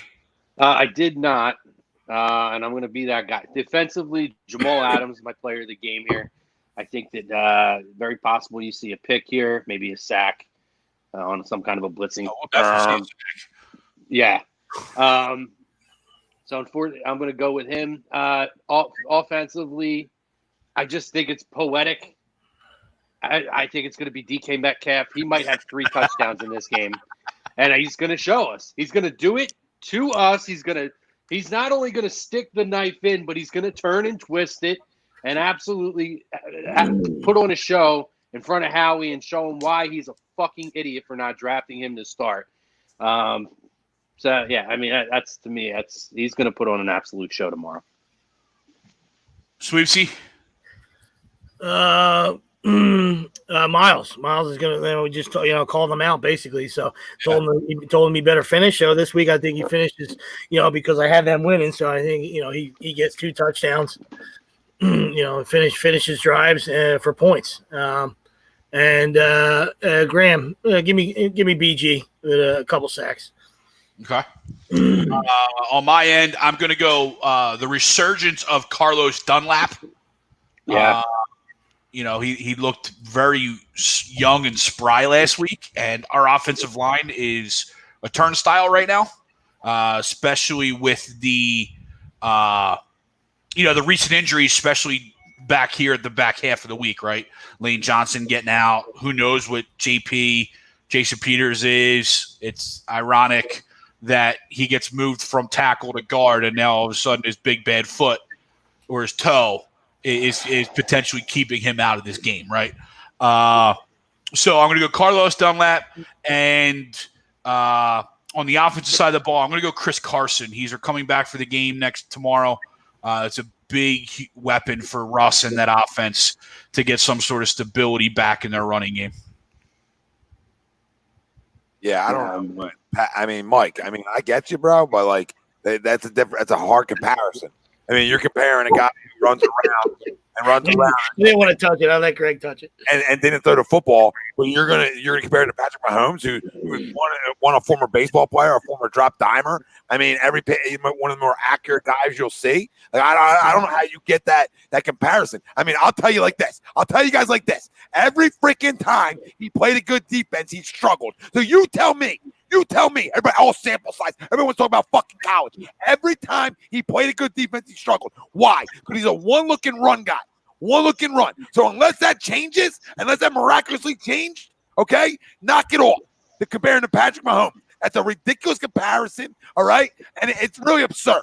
It's absurd of a comparison. Absurd. He's just comparing the Big 12, which is still I don't like the statement, but you're putting him in the same name. You're putting him in the same name as Super Bowl champion right now, and one of the more accurate guys, if not the most accurate guy in the league. All right, on every ball. Come on, man. A guy who backpedals and throws dimes. We're comparing to Jalen Hurts right now. I mean, the guy literally backpedals and drops fucking dimes. And we said, we'll look at Mahomes in the Pac-12. I get it. I get that he was in the Big 12. But most guys that come from that conference don't end up being good pro quarterbacks. Let's be real for a second, though. All right, there's always diamonds in the rough places. There's always guys who come out of conferences that can play. Nobody's saying it's got to be the SEC. Nobody's saying it's got to be one conference. Okay, there's plenty of guys in the Pac-12 that didn't pan out. And there's plenty that did. So if you want to go conference to conference, Big Ten same way. It's just the way it is. So nobody's saying there's the perfect QB conference. But if you talk about things being easier on quarterbacks, look out in the Big 12 on how they play football. Okay, I mean, look at Pittsburgh and Mason Rudolph. Mason Rudolph lit it up with Oklahoma State. He was a really good quarterback at Oklahoma State. He gets to the NFL and he's getting slammed over the head with a helmet because he's not very good. You know what I mean? Patrick Mahomes, he was at Texas Tech under Cliff Kingsbury. We see what Cliffy's doing now when he's got a Big 12 quarterback in Kyler Murray. And they just lost today. Dak, what are you upset about, Dak? That I'm yelling about sports? This is what we do here. You know what I mean? We get passionate, we get wound up. I really just think, I just think Mike has the wrong guy. I don't really care about the comparison. I just think Mike hit his head because, you're talking about 9,600 yards and 77 touchdowns for Pat. That's just 2 years, right? So I think that's what he was saying to Greg, that he didn't put up stats in the Big 12, and when he would have went undrafted if we were just going by Big 12 stats. Pretty good stats right there, Mike. Besides the fact that he can sling it.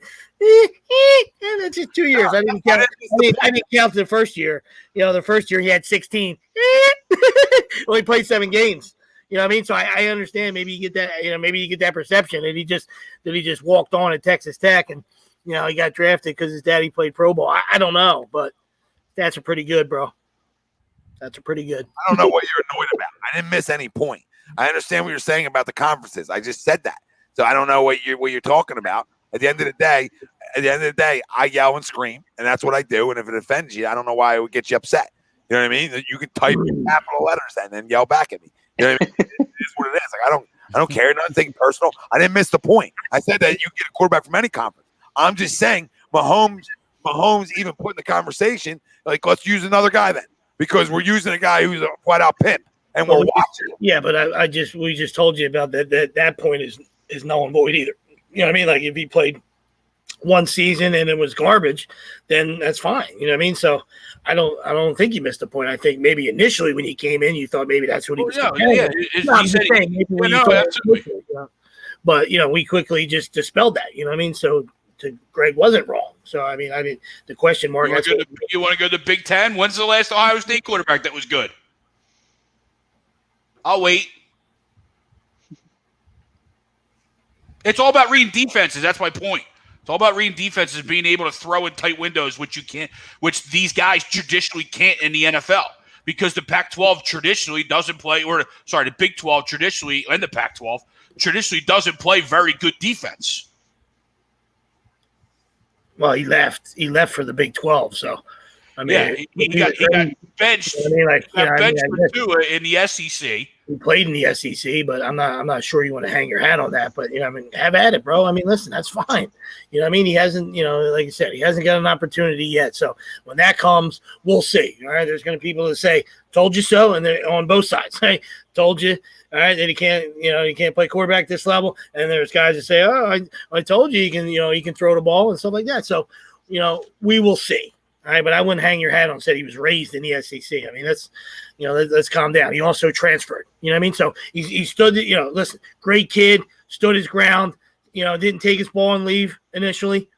Absolutely. Right? So I tip my cap to the guy, but eventually he left. Matt says, I'm saying it. He went to the Big 12 because he knew he wouldn't have to play against a real defense. The kid sucks. No answer. He never had to throw in the tight windows. That is the fucking point, Dank.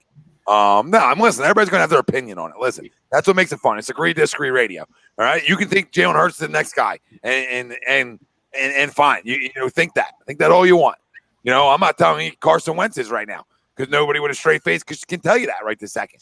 You know what I mean? Outside of the contract, nobody can tell you he's the guy. He hasn't played well enough. All right. So we find out tomorrow. And it's that simple. So I want to know, before we move on to another topic, I want to know 5 guys that have played good on this roster. I need 5. It's gonna be tough. I'll start off. I mean, Slay's played good. Yeah, good. We're not talking about great. We're just talking about good. Are we doing 5 in total or 5 per person? No, 5 and 5 each. Like 5 of each of us go and get 5. Yeah, well, you got the same guys. Okay, we're gonna have to double dip a couple. Yeah, Slay played well. BG's played well. I mean, we can end on mine if you want to.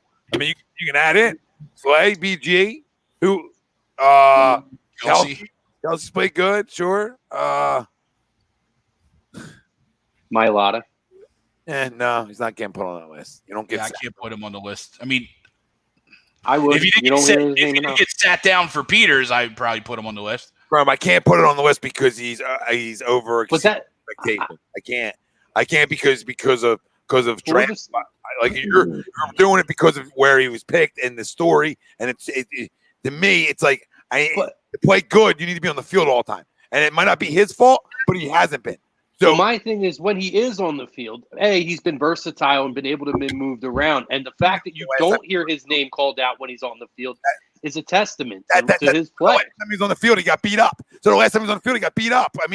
I'm just saying the last time he was on the field, he got beat up. So everybody Lane was the worst game I've ever seen Lane play. I'm not putting Lane on the list. So my point is, right. But I'm just saying, my point is, if we put more than one overall, he's played good. atrocious. It's atrocious. No, not more than one offensive lineman deserves to be on this list. That's fine.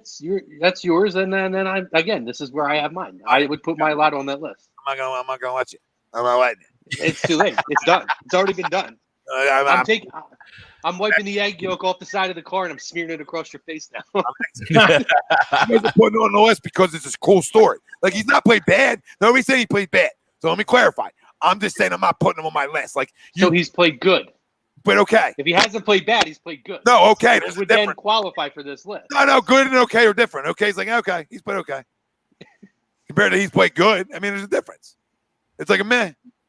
Like, meh.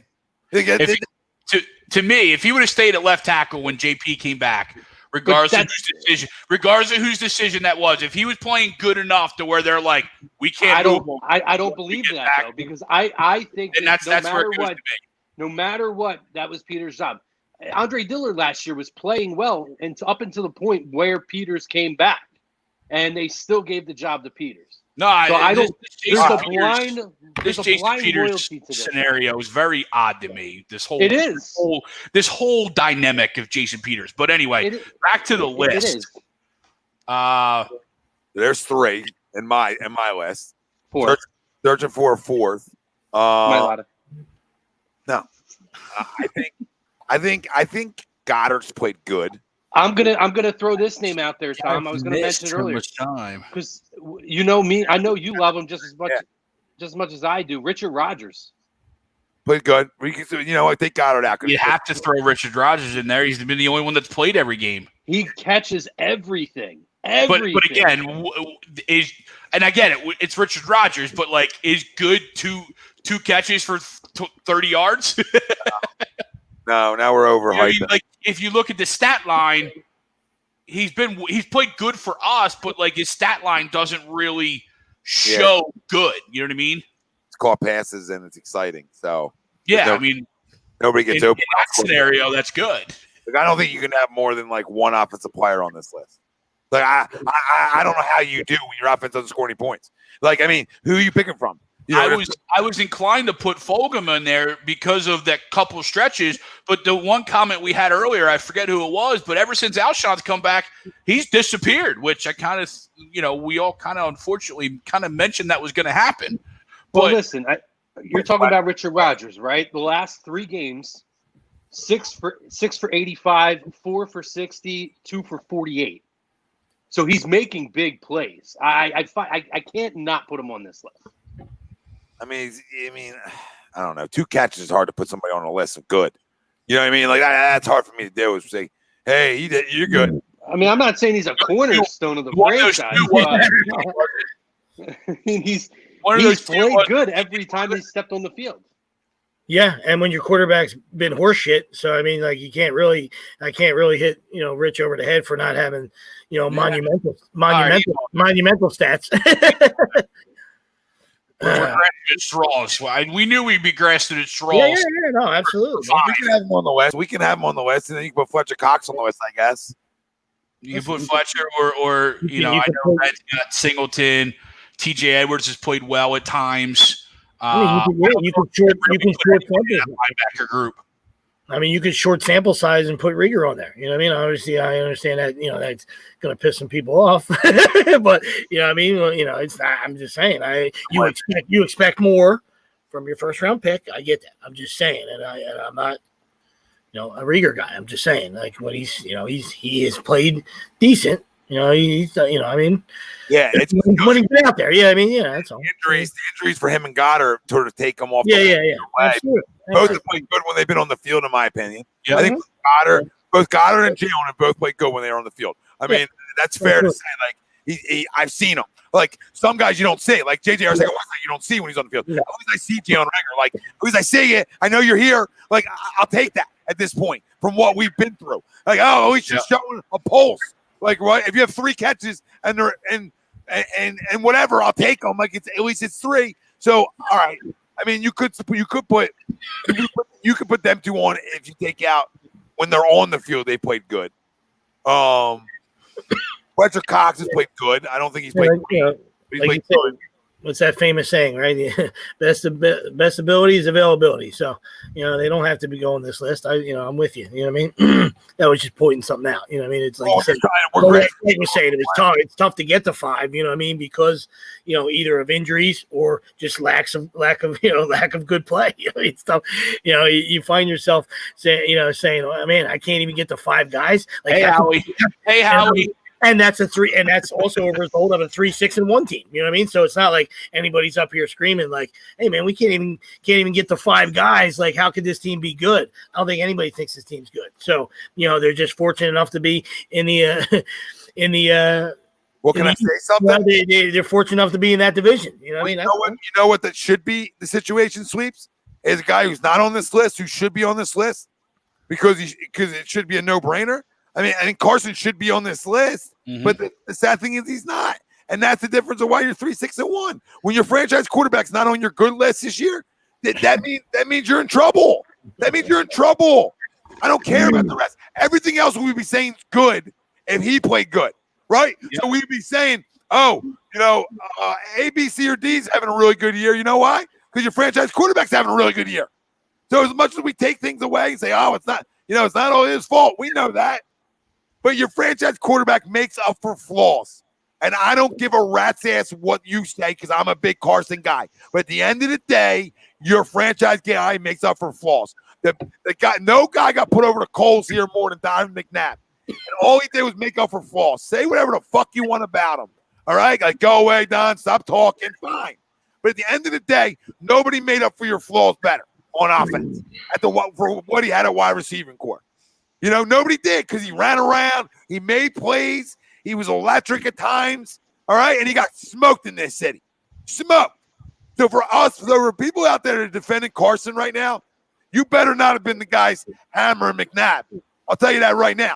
You better not have been them guys because it's not even close. It's not even close on who the better quarterback is. In that conversation when it ever gets to it right now. Not even effing close. And that's sad to say. If I wasn't rooting for somebody to be better than Donovan, just be at Donovan's level. If you be at Donovan's level, we're going to win a lot of football games. So say whatever you want about Donovan. You call it choker, you call me whatever the fuck you want to do. I don't care. It's hard to win a lot of football games in this league. It's hard. And all he did was do it. This guy hasn't won a lot of football games in this league as of right now. He has not. So you're judged by wins and losses. That's what you're judged by. Every player, every coach, every GM, every executive. You're judged off wins and losses. Absolutely. So at the end of the day, you're 3-6-1, and the biggest indictment of that, roster-wise, will always fall on your quarterback, especially when you turn the ball over at an alarming rate. Absolutely. And once you do that, which you're right, I agree with you 100%. And once it goes from wins and losses at that position, then it goes to championships, and that's why 5 got killed. You know what I mean? They're 12-4 pretty much every year. You know what I mean? You can book that in there. 12-4, Andy and him, almost 12-4 every year, and you know where you're going to be. All right, and you're going to get a home playoff game. I might get to the. You obviously got to the. Got to the conference finals a lot. All right. The fact is, once you win regular season games like that, then you got to finish. That's where it is. No, it's so funny too. Yeah. When I look at this, let me get this in real. No, go ahead. Yeah, let me get this in real quick. All right. It's funny because before we went on the air, we were talking about Dan Marino, right? And you look at the career of him and how I'm not putting Donovan McNabb on the Marino level per se, but when you talk about guys who in their era were top 5, top 10 quarterbacks, who won a lot of football games, you don't see Marino get crushed for not winning a title. He's revered in Miami and nationally. But you look at 5 who did nothing but win football games with nothing around him similar to Marino, and that's why I compare them in that instance that they had very little talent to work with around them and won football games, and he gets crushed. It's what this city does. We crush our own guys. Now we're crushing Carson Wentz. How many people now go after Ben and Joe with the Sixers? This is what this city does. I was starting to say earlier in the show, it is a blessing and a curse in this city because the way we're looked at is, we're this tough city and we're going to hold people accountable, and we should. But I think that it gets to people's heads to where now it's the fact of, we have to be the Philadelphia fans, and we have to be those guys who we're just going to give them shit because that's what's got to push them. And if they can't handle it, fuck them. They're not Philadelphia material. I will say that shit is ridiculous. Though. I will say this year, give them a ton of shit. Agreed. This year, fine. But you're right. In general, that's exactly what we do, Crumb. It's exactly we immediately want to run guys out of town. Oh, yeah. In terms of that, absolutely. That's all guys want to do. Mike says Cowboys were 8-8. This is what we were talking about. I mean, Cowboys were 8-8 last year. Dak had 30 TDs and 11 picks, and he didn't even get paid. You know why? To Mike's point, because they were 8-8. Because you're 8-8 and you didn't make the playoffs. So when you're 8-8 and you don't make the playoffs, you don't get paid. I mean, your numbers are cute. But wins and losses equal more. Just the perception. Yeah, look at the numbers on Nick Foles, right? And look at the contract that he got after the fact. Yeah, I mean, that's what happened. Mind-boggling because he won a freaking Super Bowl. That's what happened. It's mind-boggling. Oh, no, absolutely, and like you said, Crumb, you hit it on the head about the hate in the city. I mean, now when you go, when you go nationally, then it becomes just how you stack up. You know what I mean? So, people didn't hate Marino, but he's not in anybody's top 5. Besides a guy like Mayan, because they're going with all the guys that win. You know what I mean? I know, what I'm saying, but not just the ability to watch the guy play the position, the way he can spin it, what he did with little or nothing around him. Defense, weapons like that. You know what I mean? So you don't take that into consideration. That position is judged on championships. You know what I mean? So. I have so many conversations about the whole 5 thing, And when we go back to, I remember having these conversations because you guys know I like to travel a lot. And when I'm out and about, I talk to a lot of people about things. When you talk about 5, and it's so funny because it's almost, I feel like I've jumped in like a time machine, going back to when 5 was in his prime, and I'm having the same conversations with people in other states and other cities, and it's like the same conversation again. We don't understand, how you guys don't like your guy. And people never understood outside of Philadelphia the McNabb thing. And I kind of don't understand it either. I get that he wasn't the warmest person. However, the guy won a lot of football games. Now you have the exact opposite. You have a guy who is a great personality, who has to be better. He's been awful this year. But people have been against this guy, some from day one, others from the day after he had already clinched home field advantage for the fucking playoffs, the Super Bowl year, and played almost an entire year. People have had an agenda against this guy. And he's the exact opposite. There's no personality disorder that people can have as an excuse like people would put on 5. People just hate. We love to build guys up to tear them down. It's just a fucking thing. Well, we do. Listen. I mean, I don't want to bring up. I don't need guys that are coming over and going to have a great personality at Thanksgiving dinner, playing football for me either. I'm watching guys that win, lose games, right? I don't need you to be the coolest guy in the locker room. I don't need you to tell me all great things in pressers. I need you to come to pressers after wins. That's all I fucking care about. I don't care what you say in your presser. I give a rat's ass. I don't care if you tell me to kiss your ass after a win. I don't care. I just want that when the standings are over at the end of the year that we won a division and we got a home playoff team. You know what I mean? Or home field advantage. Like, that's what you shoot for, right? They're your first goals. All right, let's get to some of the comments. I want to get some. I'm looking. I see everybody chiming in. What's up, Ron? What's up, Chad? Dank, Red, Marquise. Everybody chiming in on the Donovan stuff. So let me ask you guys a quick question, and then we'll move on to the next topic here. If somebody does get fired, who goes first? Howie or Doug? And before you guys answer that, I'm just going to read off a couple. Marquis says, "Yup, everyone booed McNabb since day one. After he got drafted, everyone cheered on Wentz when he got drafted, and then the piggyback off of that, Marquise, then everybody crushed him. Like, as soon as he wasn't the guy who won the Super Bowl, it was like, oh, well, he stinks. You know what I mean? Like, he's never going to be the guy. So, I mean, I don't even think everybody cheered him from day one. There were people that said, oh, they traded up. They gave up way too many assets to move up for a quarterback that played in a Division II school. That's a lot of what you heard, too. There was one way or the other. I mean, nobody got it like Donovan. Donovan was rear-ended fucking draft day. Yeah, and again, I don't care where a guy goes. No lube. Play. You know what I mean? I don't care where a guy goes to school if he can play. So, did I get his name right? DeMoro Salvatore. Moro, what's up, brother? He says Howie easily. I agree with you on that.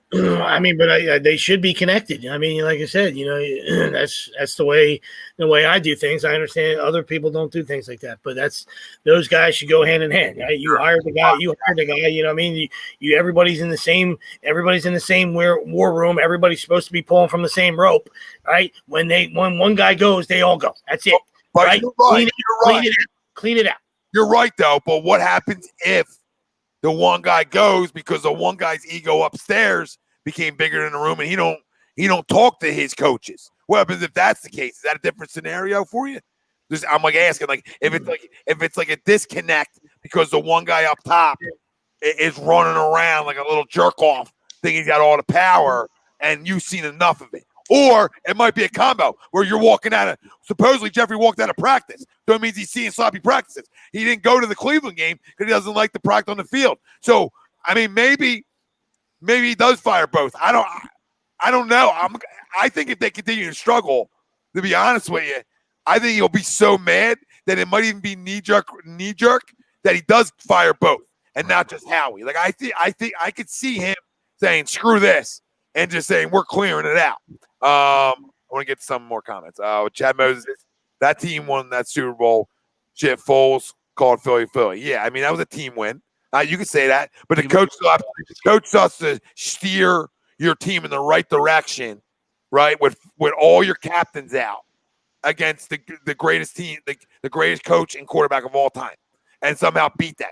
I mean, come on, we got to give the coach some credit for that. I mean, that'd be asinine. To not say that he wasn't a huge part of that, guys. It doesn't mean that he can't get fired. It doesn't mean that he never can get fired, right? The only reason I would maybe give him one more, maybe, is because he went to the postseason every year until this year.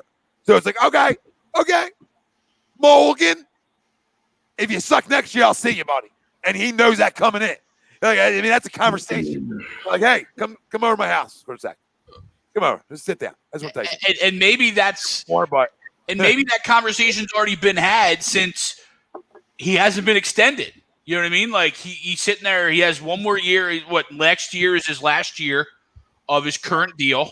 Well, that tells you what the GM thinks of him. And that kind of tells you maybe that conversation's already been had. Maybe this kind of almost decision's kind of been had. You know, we saw Jeffrey set that. We saw Jeffrey set that caveat. Yeah. Set that caveat of the playoffs are all that matters. So that's kind of maybe this was going to happen last year, but they made the playoffs, so now it's delayed. It could be. Yeah, and like I said, sometimes the field guy gets it first. You know, they allow the air court nerds to hang around, another year, like, AKA Matt Klintak. You know what I mean? It was, it was Gabe first, and it was like, all right, well, Klintak, you hadn't done anything since you've been here. So they upstairs realized, all right, time for you to go too, Matt. Yeah. No, listen, I mean, and at the end of the day, I know if I give a longer leash than I would give most coaches because of his Super Bowl, right? And because of going to the playoffs. Like if he didn't go to the playoffs the last 2 years and this was going on, I'll be the first guy picking in for his job, right? But the fact that he still has figured out a way to go to the dance every year, even with all the as banged up as this team's been, I think the resiliency's worn off. Like how banged up they've been year in, year out. Like some of the toughness, the resiliency, like you can lose that for a year. You can get that back, right? Like you can lose that for a year, some of your mojo, and get that back. It happens. It happens in professional sports. Just like we talk about the quarterback. It happens for the head coach sometimes too.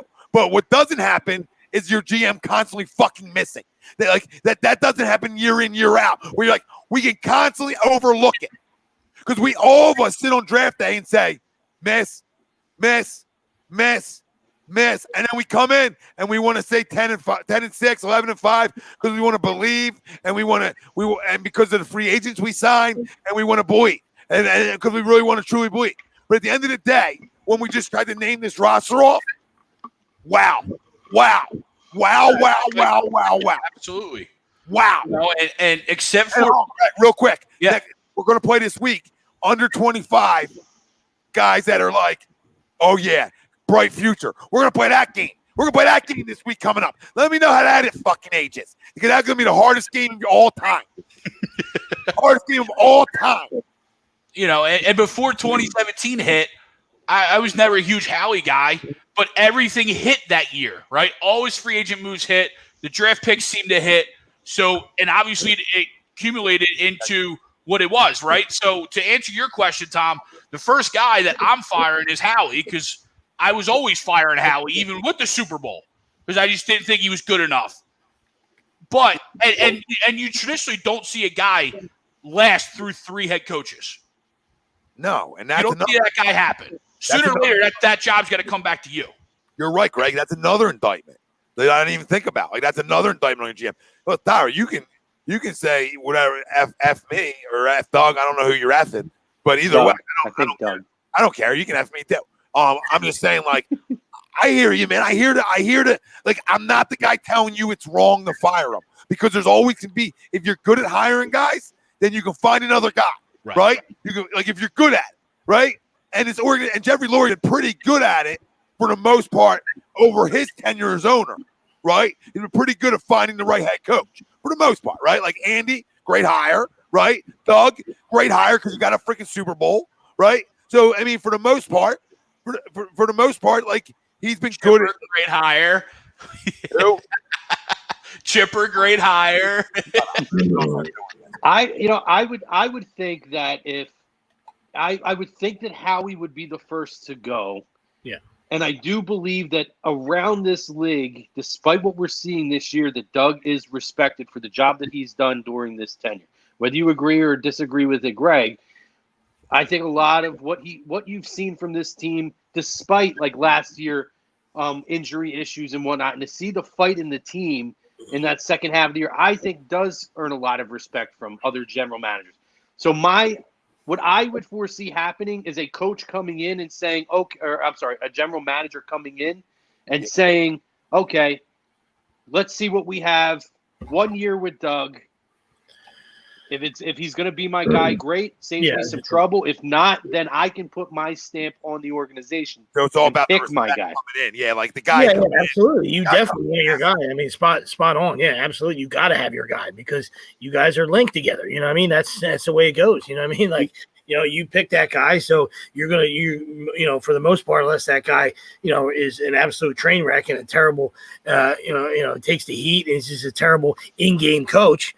You know what I mean? Like, you guys fall on the sword together. That's usually where it goes. You know, unless you got total control where you fire him first. You know what I mean? You shoot him first before he can take down the Titanic with you. You know what I mean? But I would think any incumbent general manager would respect the job that Doug's done to this point enough to say, I'll give it a year and see if he shows me he's my guy. And if not, then I will bring my guy in. Crumb, I don't disagree with that. I just think sometimes if you wait, I just fear like sometimes if you wait, you might miss a guy. That's all. Miss a candidate. You're right. Absolutely. Like Eric Bieniemy is the hot name right now. I don't know if he's going to do anything as a head coach, but Eric Bieniemy deserves a shot.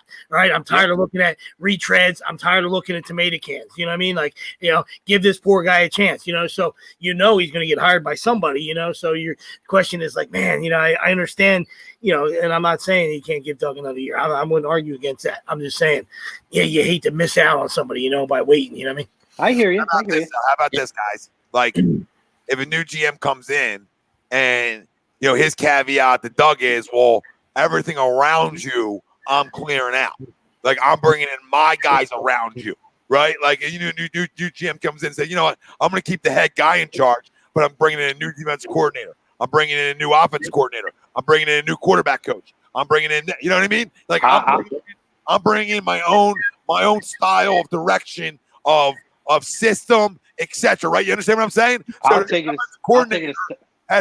It's calling the plays, not Doug. So it's a new system. It might not be a West Coast offense. You understand what I'm saying? It's a new system, and you have to buy into it if you want to be the head coach. You know what I mean? I would take it a step further, Tom, and I would say that if that's the scenario, I think Jeffrey Lurie would be the guy who says, "Hey, Doug, I'm bringing a new guy in. This is who we're bringing in. He's making personnel decisions. You will have a voice at the table, but he has final decisions on personnel and everything else, on coaching staff and this and that. And I think that's the way that they would go.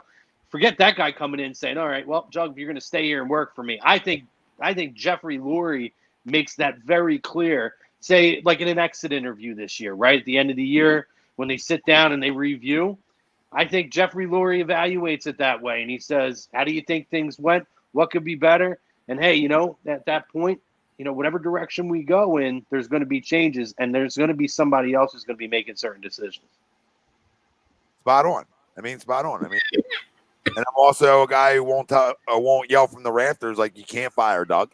Like if you fire him, yeah. Thanks, Chad. Thanks everybody. Yeah. Thanks, Chad. Happy holidays, brother. Stay safe. I know you're upset at me, but we appreciate you too. Marquise, Evergreen, what's up, Todd? My brother. Rome, ask questions, brother. Kevo. I'm just saying what's up to everybody. Lord, I see you, my man. What's up, bro? What's up, Lord? Romy got a little taste on Friday, so he probably wants you to send him a link. Got a little tasty food, Tom. You created a monster. That's what that's. I'm just telling you, Rome don't want to text. Rome wants that link, brother. That's what. What up, Rome? Listen, Sweets, I'm like a detective two-time. I know exactly what was coming there too. We were like, we're detectives right now. I knew what he was asking. I'll tell him this. That's not the only time. You know what I mean? He's wanted to. He was a little juiced up last time. He did it himself. I shit. Todd says, I want Howie gone because these past drafts really set us back. And you know what's funny, Todd? Go back to the one before that. I'm sorry. After you're done addressing Todd, I'm sorry. Here, Todd, real quick, I'll say this. He talked about these drafts being so important, and he's the son of a bitch who's missed on all of them. So I mean, sometimes I do put things on head coaches because listen, it's their team. But sometimes, what groceries you get can hurt you too. And your growth as a coach too. So it's a combo. It can be a combo. And I'm not taking anything away. Saying Doug's done a good job this year because he's done a shit job this year. Shit job this year. Every other year he's done a really good job in my opinion. This year, shit job. Marquis says Chip was horrible at keeping actual talented guys, but was good at drafting guys. I actually agree with that. I actually agree. Because all the Super Bowl guys, if you look at them, were those drafts. They were those drafts. Is that the one you want to draft sleeves? Is that the one you want? No. I think it was our boy. Lord. I think it was Lord. Yeah. All right, I'll go to Lord in a second. Doug, I know you're not upset. You not know me by now. Like I'm on here to jab away, break balls, have a good freaking time with everybody. I don't take nothing personal either. I yell and scream, and I really don't care. Like you know what I mean? I care about my teams, but I just yell and scream because I get excited. Like roll that yummy burrito. Burrito Gate. I can't find it. Which one was it? What was Lord saying? That's why I asked you. Overlooking it. Yeah. Overlooking No, that's not it. Yeah, overlooking it. Overlooking what? He was saying we were overlooking the main issue, I think. I don't remember what the beginning of it was. And maybe this is the first part of it. Okay, gotcha. Yeah, maybe you're right. Yep. Were they back and forth, Tom? Those two comments? No, one was a little later, but I'll say this, Lord. We never overlook your post, man. We never overlook anybody's post on here. I swear to God. Like sometimes it's flying. We talk a lot. You miss stuff. So I'm not on here to overlook anybody's stuff. Trust me. He says I put on here.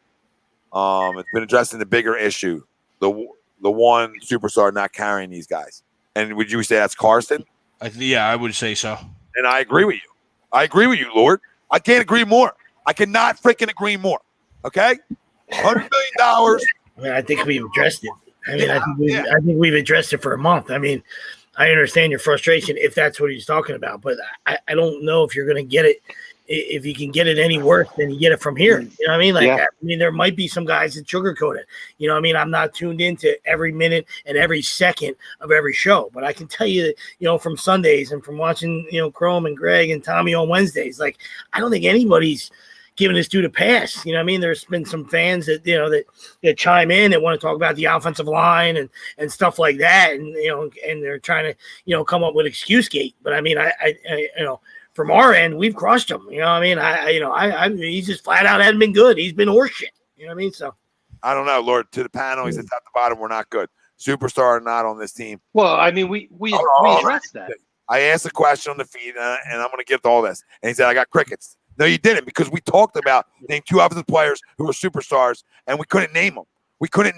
Lord. So we talked about it, brother. We tried to name 5 players that just played good this year and struggled to get to 5. We're doing a whole show on that type of that conversation. Under 25 guys that we think could be superstars. I don't know if you're going to be able to find anybody.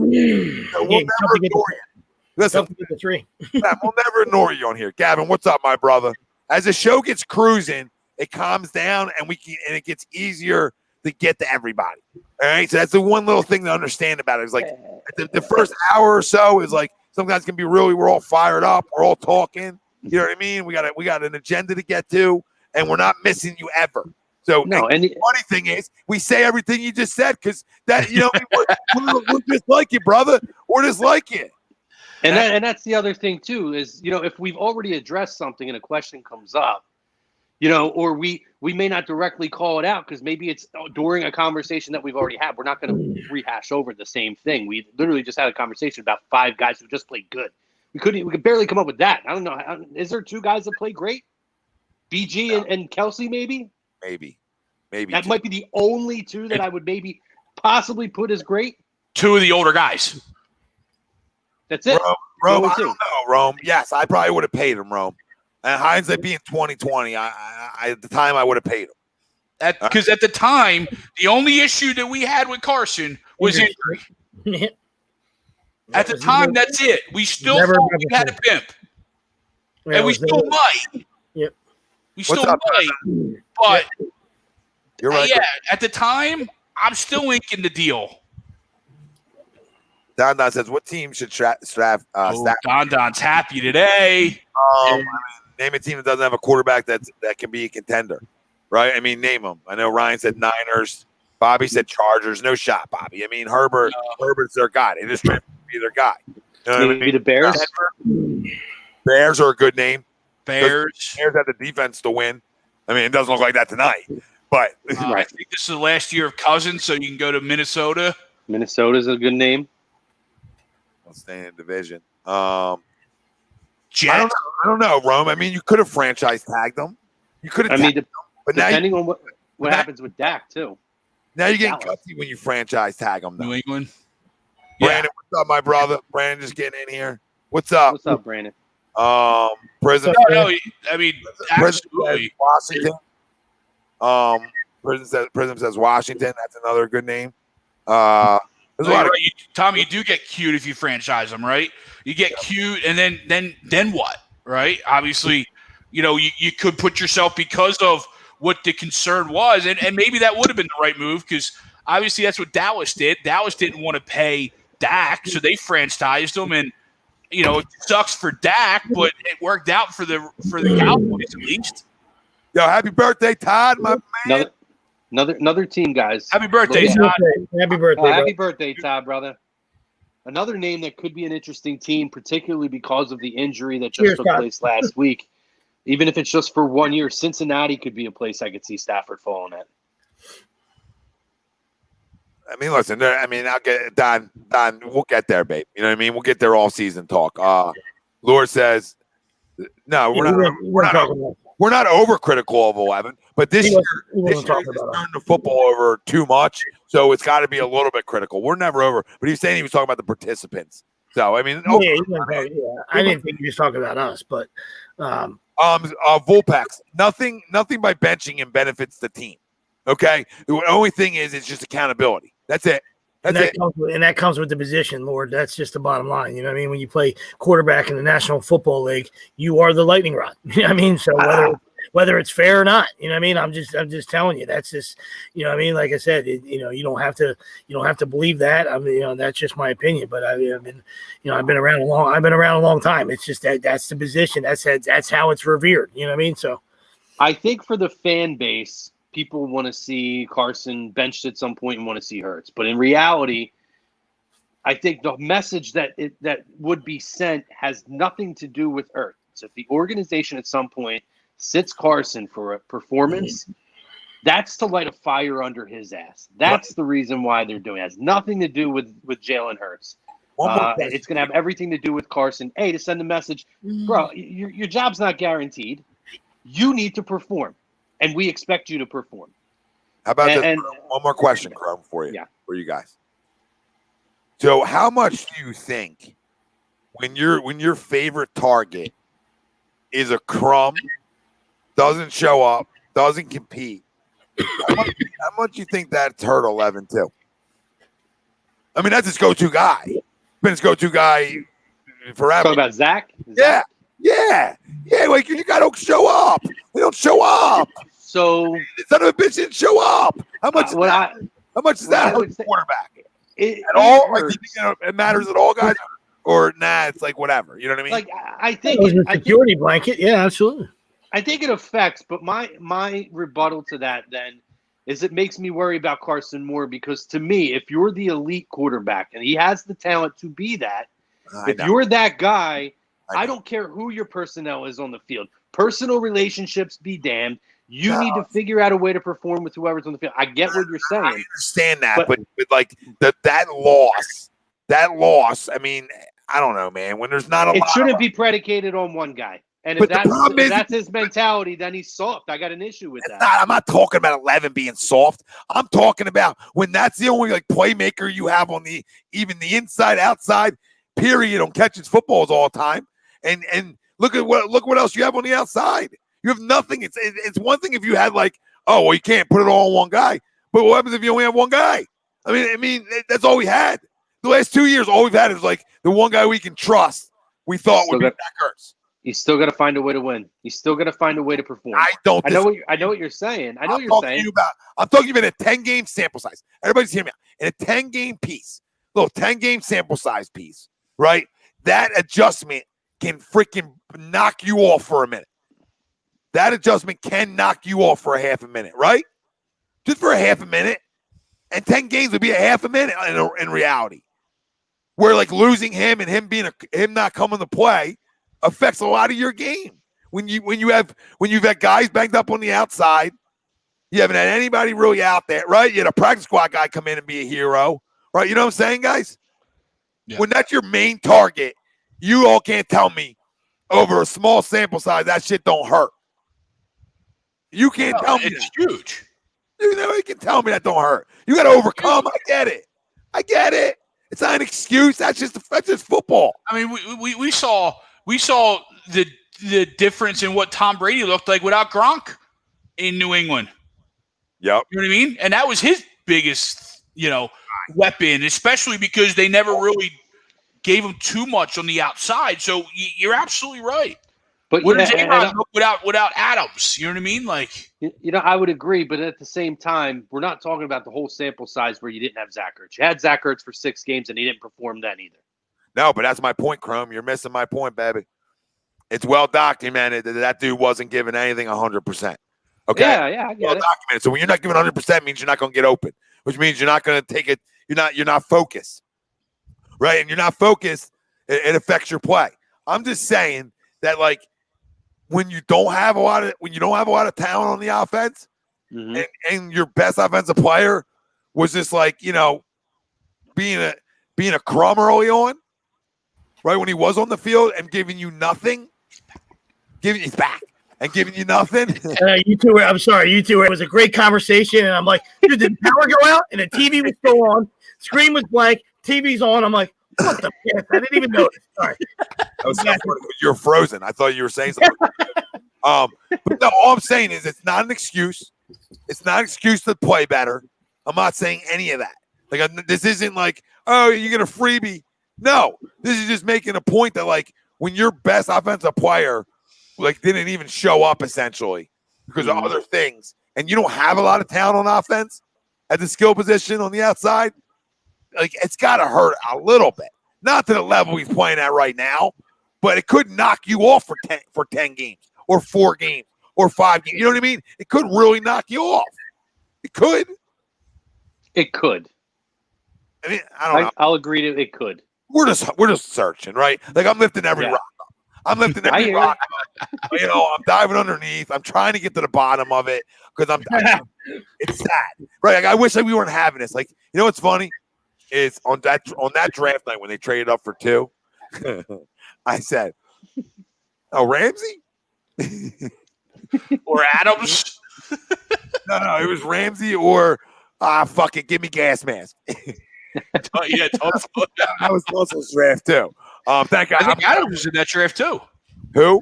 Adams. Jamal was in that draft. Yeah. I'm not the biggest Jamal Adams guy. You were coming out of the draft. I was, but like something about him smells a little me-ish now. So like once I smelled a little me-ish, I sort of not that he can't play because he can play. I'm just saying well, he's gonna have a ball game tomorrow. So shut the fuck up. Oh yeah, anytime. And listen, anytime guys ask out, they're crumbs. They're crumbs. You know what I mean? That's the way I look at it. You know what I mean? Like, I understand. Listen, I wouldn't want to play for Adam Gase either. You know what I mean? But he was chirping ever since he came into the league. So I know what Tommy's saying. You know what I mean? I feel that. I feel that vibe from him. You know what I mean? Like, you know what I mean? I didn't like what Minka did. I didn't like what Minka did in Miami either. But at least Miami said, okay, we're going to get 30 picks. We got this. You know what I mean? So go ahead and they know what they're doing. They actually got a GM that knows what he's doing. You know what I mean? But Minka went to Pittsburgh and actually played good. Jamal's like not lighting the world on fire anywhere. Like it's not like when he was on the like I like Jamal Adams, the skill of Jamal Adams, right? I can't question that. And he's played well. He's not played bad or anything. But my point is like I loved him coming out of college, to Greg's point. I like Ramsey better though. Ramsey was my number 1 player in that draft. I'm not that guy. But that was when we went up to 2, I was a joke when I was like, oh yeah, we're going up to 2 for a corner. That'd be cool. You know what I mean? Like the fans would blow. Oh, they would blow this place up. They would have blown this place up if we went up to 2 for a corner. But he was the best player in that draft, talent-wise. Now listen, I mean he's not perfect either, but you know what I mean? Like it's just weird how it all went together because I'm not out on him yet, guys. That's it. Like he gets 1 more year before I really believe that, like, you know what? Maybe he isn't the franchise guy. I mean, when it comes to the draft, as an Eagle fan, you gotta feel like you're gun shy. You know what I mean? You gotta feel like you're in a bunker. You're in a bunker, and you're taking on you're taking on a lot of bullets. You know what I mean? Because like I said, you just look around the league. You know what I mean? I understand in different teams, different situations. I get it. Right? Our eyeballs tell you about talent, and I'm not going to bring up Jefferson because that's an easy horse to beat.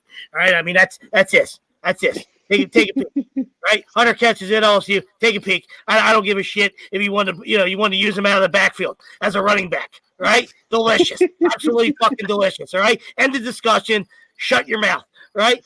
I'm talking about how about Jeremy Chin? He would look pretty good on this defense. Obviously, the touchdowns helped today, but I think he has more touchdowns than Hurts and Rieger combined. Now, and J-Jaw, just throw another name out there. A great draft pick. I don't even acknowledge him because it's disgusting. You know what I mean? And you guys are Eagle fans, so I mean, my heart bleeds for you. I mean, I gotta tell you, embarrassment. What an umbrella embarrassment he's been.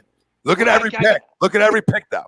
I mean, whoever comes in next, after Howie, Tommy, I might have PTSD from this at this point. I don't know that I'll ever trust again. Crumb, you could simulate it every year and have a better draft. I know. You can literally have a computer simulator in there saying best player available, and on like some other sites draft rankings, and have a better goddamn draft over the last 3 years than this organization. It's almost harder to do what they've done than hit on something. It's mind-boggling how you have not one guy that I can say is a Pro Bowl player out of your last 3 drafts. Not freaking one. Not one. Not one when I'm watching. I'm watching kids all over the NFL. Watching. So don't tell me Miles Sanders right now because he's not. Right? He's not right now. All right? Nobody is. Nobody freaking is. MVP? By a lot of events. Andre Dillard, right? First round pick. Right now he's a mess. Huge miss. Jalen Reagor, we don't know yet. We can't judge this year yet fully, right? But 3 years ago, who was our first round pick? Was that Dillard? Barnett. No, Barnett was before No. that. Barnett was 2017. I'm sorry. That's the draft that Adams was in. Barnett's. Yeah. So Barnett was 2017. 2018 was Dillard, right? No, No, he was 19. he was 19. Who the hell was 18? Isn't that sad? That's how bad it is that we 19. can't remember. Oh, yeah, 19 would make your first year. Yeah, I'm sorry. Who was 18? Oh my God. Did we have a first round pick in 18? We probably did. Wow. We did not. Okay. That was Dallas Goddard then. And That Dallas was the Dallas Goddard draft. Okay, I mean, that's not a bad pick. You know, I can't call it a bad pick. But it's not like we're 3 years It's not in. a bad pick, but it hasn't hit to the level that we expect. Come on, we're freaking 3 years in now. We're 3 years in now. I mean, he's not been bad, but he's been good when he's on the field. I mean, I have no issue with him. I think he's rough and tough. I like him, and I think he can turn himself into a good tight end. So I'm not out on him yet. Gotta stay out of the bars. I'm not out on Dillard yet. It looks bad, but I can't. You've been hanging out with Nate Robinson. And Hanging out with Nate Robinson. But on the football field, you'll take it. But him and Nate been training together. I meant to do that Nate Robinson challenge in the ocean today and just forgot. Old Glass Joe. Old Glass Joe. So I mean, it's like there's no stars. That's the bigger problem. Yep. So break it down right now. There's no stars, and that's why it hurts. But let's segue a little bit and get out of here on terms of the Eagles. We talked 2 hours of Eagles, and we're going to wrap this show up in a little bit here. But I want to get to some 10-9-8. I mean, we are like right there, right? I mean, we're here. We're here on a new season and a new roster, a new feel, a new vibe. But now we know all that. But in terms of what this roster is now, is this the roster we're going into the year with? I say yes. I don't see any really changes right now unless there's a trade. And I just don't know what you're trading for outside like a Lou Will. We already talked about this. But do you think this is the final roster? And if it is, right, like now where do you have them? But where do you have them now? If this is what we're going into the year with. I just want to know. Marquise, yes. Hire Lewis Riddick immediately. Okay, it's not even an issue. It's not even like I don't even second. I forget Oakland today, but I watched Mike Mack put a roster together real quick, right? Real quick when it's not easy to do, and they're not perfect, right? But real quick, he goes and gets talent. Go get a guy like Lewis Riddick who has a feel for the fucking game and a feel for life. Yeah, no, I agree with you. Yeah, absolutely, 100%. Tough to get those guys out of the cushy TV jobs, though. You know what I mean? You know what I mean? Like they just never come back. You know what I mean? Like I mean, I know Lou never got his opportunity like he needs to, so of course he was gonna, head for TV. But once you get in TV, yeah, it's tough to get out. You know what I mean? Fucking Cowa never came back. You know what I mean? Like you said, some of these guys get like $200,000, $300,000, $400,000 for TV. It's like, what the fuck would I come do this for? I can sit around, but you know what you got to do? You got to pull one of these briefcase. Oh yeah. That's why Gruden came. That's what they exactly. That's what Gruden came back. Briefcase and full control. Okay, thank you very much. I mean, like I said, they're out there, so they're boys and they're on the same page. You know what I mean? But Gavin, no, it's a 72-game season for the NBA. So yeah, cut it 10 games off. Yep. And listen, I mean, I have this team 2 or 3. Right? I have them 2 or 3 with this roster. I think they're right there. They're not 1 because until you beat 1 or 1 isn't 1 anymore in terms of the regular season, Milwaukee's 1. Until regular season wise, they're not. I mean, they don't get it done in the playoffs, but regular season wise, they're always 1. So we'll say they're 1. There's a lot of teams like Boston. I think you can make case for Miami, but I think there could be a little hangover for Miami, which drops them a seed or 2. I could see that. Not saying they're going to be bad because I think they're going to be really good because they're going to be well coached. But Jimmy could have some tired legs per se, right? Maybe a little tired leg talk. So maybe they end up being like 4 or 5 Miami, right? That's not bad. Like maybe they end up being the 4 seed. Boston probably 2. I'll probably have to say Boston 2 until we beat them, right? And then I can make the case for us 3. Because the Nets, who we don't know what the Nets are going to be, right? We don't know. We don't know Toronto. We're losing some big men. We know they're still going to be tough. They're still going to be good. They're still a playoff team. You know, at worst, they're a 5 or 6 seed. Yeah, well coached. Well coached. Going to be in it. Going to be tough to beat. Going to give you a dogfight. Am I missing a team? I don't think I really am. That caliber, right? No. Boston, Milwaukee. No, I said that. They're the 1 seed. Oh, okay. Yeah. Milwaukee, Boston, I have 1, 2. I got the Sixers 3. Can they beat 2? Yeah, I think they can. But you got to go beat Boston first. I can't put you out of Boston or Milwaukee. You got to beat one of them first. I can put you out of Miami for different reasons. It's deeper. It's a deeper thought with Miami than straight up, we're better than them. We should be, but they just went through a gauntlet, man. It was not that long ago. Like a gauntlet. Now you got to return it back on. So maybe they start slow. Is what I'm saying. Miami can be really tough out in the playoffs, obviously, but maybe they start a little slow, which hurts them. The Nets got to prove it. Durant and Kyrie got to play together. Durant's a pimp, but I got to see him off the Achilles. I just got to see it before I can put him over us. Right? As soon as I see it, they might be over us. They could be over us. I mean, that could be quick. Be like a weekend. Be like, yep, they're better. When he's dropping 38 a game. Yeah, it's like I said. Yeah, to me, it's a 5-team. It's a 5-team race to the finish line. You know what I mean? The Hawks became the sexy pick from people that just like to get little fucking tiny boners. You know what I mean? But cut it out. cut it out. Put your tiny boners away. You know what I mean? They'll be better. Which in the East is not hard when you're the 9 or the 10 seed. You know what I mean? It's not hard. You know what I mean? So.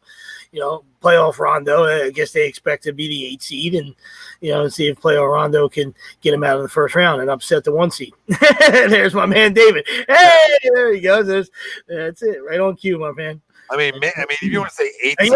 Yeah. I'm not saying you're wrong. You would say 8 seed, fine, because 8 and down is like a crapshoot. Like, who takes a step? Is Charlotte any good finally? Like, any good to be an 8 seed? Probably not. But you know what I mean? Like, who down there? I'm not saying, I don't. Well, yeah, I mean, it's really after 6, right? Where exactly. Toronto, whoever, right? Whatever grouping you have, that top 6 is going to fall wherever it is. Yep, that's where I got the. Yeah, I forgot the Raptors. Yep, 6, and then it's at 7, 8, right? And yeah, I mean, Charlotte, Indiana, Atlanta. Who else, right? I mean, that's probably the 3. Orlando. Pacers.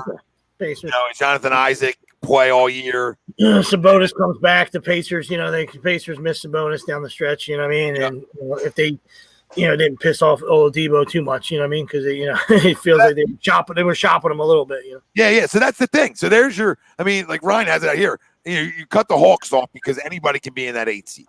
Like that 8 seed's open for grabs. It's open for business. We're open for business in the 8 seed. Middle's open. Greg knows as a softball guy. Middle's open. Middle's open. So besides that, forget his order, but Pacers, Raptors, Miami, Nets, Sixers, Celtics, Bucks. I mean, they're the conversation. And to that conversation, there's a lot of good teams in the East now. It's deeper than it was, right? Because teams got better. So it's a gauntlet. It's going to be a dogfight. We're going to find out real soon on the steps our kids took, right? Our youngins. And hopefully they take a big one. I'm excited about Doc. I'm excited about the staff. I'm excited about the culture. I know I said this, but I've been excited before Sixers in the past. This has been a cleanse. I feel so cleansed on just everything new here. Like, you know what I mean? I feel like I opened up so many Christmas presents. It was glorious on the amount of coaches that are here, amount of accountability. I don't even want to, accountability shouldn't be an issue. So, I mean, everything's going in the right direction, in my opinion, where you space the floor with shooters. You've done things to help your young guys get better in terms of that. In terms of your style's probably going to be better. You're actually going to run plays. I'm excited. What do you guys? Absolutely, dude. But it's like you said, it's like getting a nice car, a nice new car. It's all shiny. It looks good and stuff, and let's see what's under the hood. You know what I mean? We got we got a lemon, or how's this thing drive? You know what I mean? We'll see. Like I said, for years it's been on Brett. You know what I mean? So it's trust the process. We got the 2 superstars, that we wanted. And then it became, all right, well, Brett's a jackass. And I agree with that. I was been done on Brett for a long time, you know what I mean? But he deserved an opportunity after he went through that to take a shot when they were, headed the right direction, and he couldn't get it done. So it was time to move on. So now your two superstars, it falls at your feet, boys. Right, so no more excuses, no looking around. All right, you got yourself a Hall of Fame coach. Whether you like him or not, Doc's a champ. All right, was a hell of a player, and you got a front office guy. All right, that knows what he's doing. No excuses. It falls at your feet now, gentlemen. So, how about this, Sweeps? So, and I want you guys to answer the other question too, guys. Okay, I just want to ask you guys this one real fast. What do you say is successful? It makes you feel better about Joel and Ben. I would say going to an Eastern Conference final is the step I need to see. Do you guys disagree with that? Or do you need more? No, I said I mean, that's the next logical step in the process, right? Yeah, I just want to make sure. No, I completely agree. I just want to make sure I'm not out of control. I said in our thankful video. You know what I mean? I know some people got excluded. Hey, listen, sorry, you got to make the deadline. But in our in the thankful video, that's what I said. I said, listen, it's that players play. We talk about this all the time. I understand coaching, I understand front office stuff, and it becomes a perfect storm at times. You know what I mean? And the culture and all that good stuff, right? But at the end of the day, especially in hoops, players play, right? You need some superstars. We got two of them. The question is, are they ready to take the next step and finish this day? And for us, we want like to win it all, but the Eastern Conference Final is a must, all right? Especially upgrading to shooters and doing what we did. No more excuses. No, 100% spot on. Greg? No, I completely agree. First question about the roster, and then to the second question, and then Crumb or two, please. And then just because we're on the second question, I mean, the next logical step, we all threw it at the feet of Brett, and we said that was the first move to make the change. And so, the next logical step has to be growth, right? So that next step is the Eastern Conference Finals. I do think another move is made. Like I said on Wednesday, I don't think Danny Green suits up for us. I think he's a contract that can be flipped for something else. I wouldn't hate it if he was still here. But why would you upgrade in something we really needed to then deal it? Because I think the key upgrade was Seth. Because you got 2 years of Seth, you only get that 1 year of Danny. Again, I'm not saying he's got to go. I'd be okay with it. I just still think at that 3 position, if that's where Danny's going to play, after him, we have a lot of unknown. So if I can maybe flip him for someone that might be locked in for something and or is if my 3's rough to begin with, why the hell would I want to give him up? Because I might be able to upgrade to him for someone who's looking to get out. Yeah, but if my 3's in a bad spot, don't I want him on this roster then? Why would I trade my small guy who plays small forward, play both ends of the court? Why would I want to trade him to now hurt that spot in that position? Because now I'm going to go get a guard. I have too many guards right now. You're going to go get another small forward, but you're going to go get someone maybe younger that can have more of an impact. Yeah, but then I don't know. I think that's my thought. That's my thought. You like Danny Green a lot more than I do, and that's fine. I mean, I don't hate Danny Green. I just think money-wise, who the fuck's putting a gold jacket on him? I'm just telling you that they went out. I've never said you did. No, I'm just telling you they went. I'm talking about the organization. I'm talking from the organization side, not my side. I'm telling you, they just went out and got him, and you're telling me that they're going to deal him. Oklahoma went out and got him too, and they flipped him. Oklahoma gave up their whole team, Greg. No, I know. You're right. They got no roster. No, I just think money-wise, that's the only other logical piece if they make a move. I think they still do. You couldn't see them going like a shake though, and picks or something else for like a Lou instead of going. No. I think for that, yes. But I think if you want to go get something impactful, Danny Green making 15 allows you to go get impactful without giving up a whole lot because he's an expiring contract. I got you. You know what I mean? So what do you think about the rest? And then I have him right now 5th. Greg, what about your Orlando Magic? I have a 5th right now. I agree, Brandon. I agree. You have a 5th, Greg? Yeah. Wow. I mean, I got Milwaukee. I got Boston. I got the Nets. I got the Heat. I got us. You sound like freaking Brinks. I mean, you and Brinks should get a room now. You and Brinks head to toe. I still think there's a hole at the 3 position, even with Danny Green. Thibault can play the 3 too. But I mean, that's a hole on one half of the court. You can run small at times because Ben can play anybody. So, I'm not in love. We're definitely better than we were last year, which is why I still think you get to the playoffs. We could be a dangerous out like we have potentially shown in the past. You know what I mean? Because of those 2 superstars. We need to see it from Ben. What up, Romano? What's up from Armeo? What's up? What up? Bless from Brazil. God bless you, my man. I mean, we're definitely better than last year because of absolutely Danny Green, Seth Curry. We have those shooters, but just like the Nets and stuff like that, we need to see it. I'm not. That's Doc is definitely an upgrade, but he's also been huge underachieving in the past as well. Got it. Okay. I'm not doing this. It's too late. But we'll do it again Wednesday. Me and you will circle back because now it's like I hear you. Go ahead, Cromer. You got a target on your head now, Greg. Better duck. Oh boy. No, I think I have. Hope I don't miss like Carson. Sorry. Or Baker. Oh. Sun talk. Wins games. At least he wins games. Yeah. No computer talk, but they're winning games. I think I have the Sixers probably around the three spot now. I'm pretty spot on with you, Tom. I got Milwaukee 1, Boston 2, us 3, Miami 4, and I have the Nets 5. Again, I agree. I have to see it.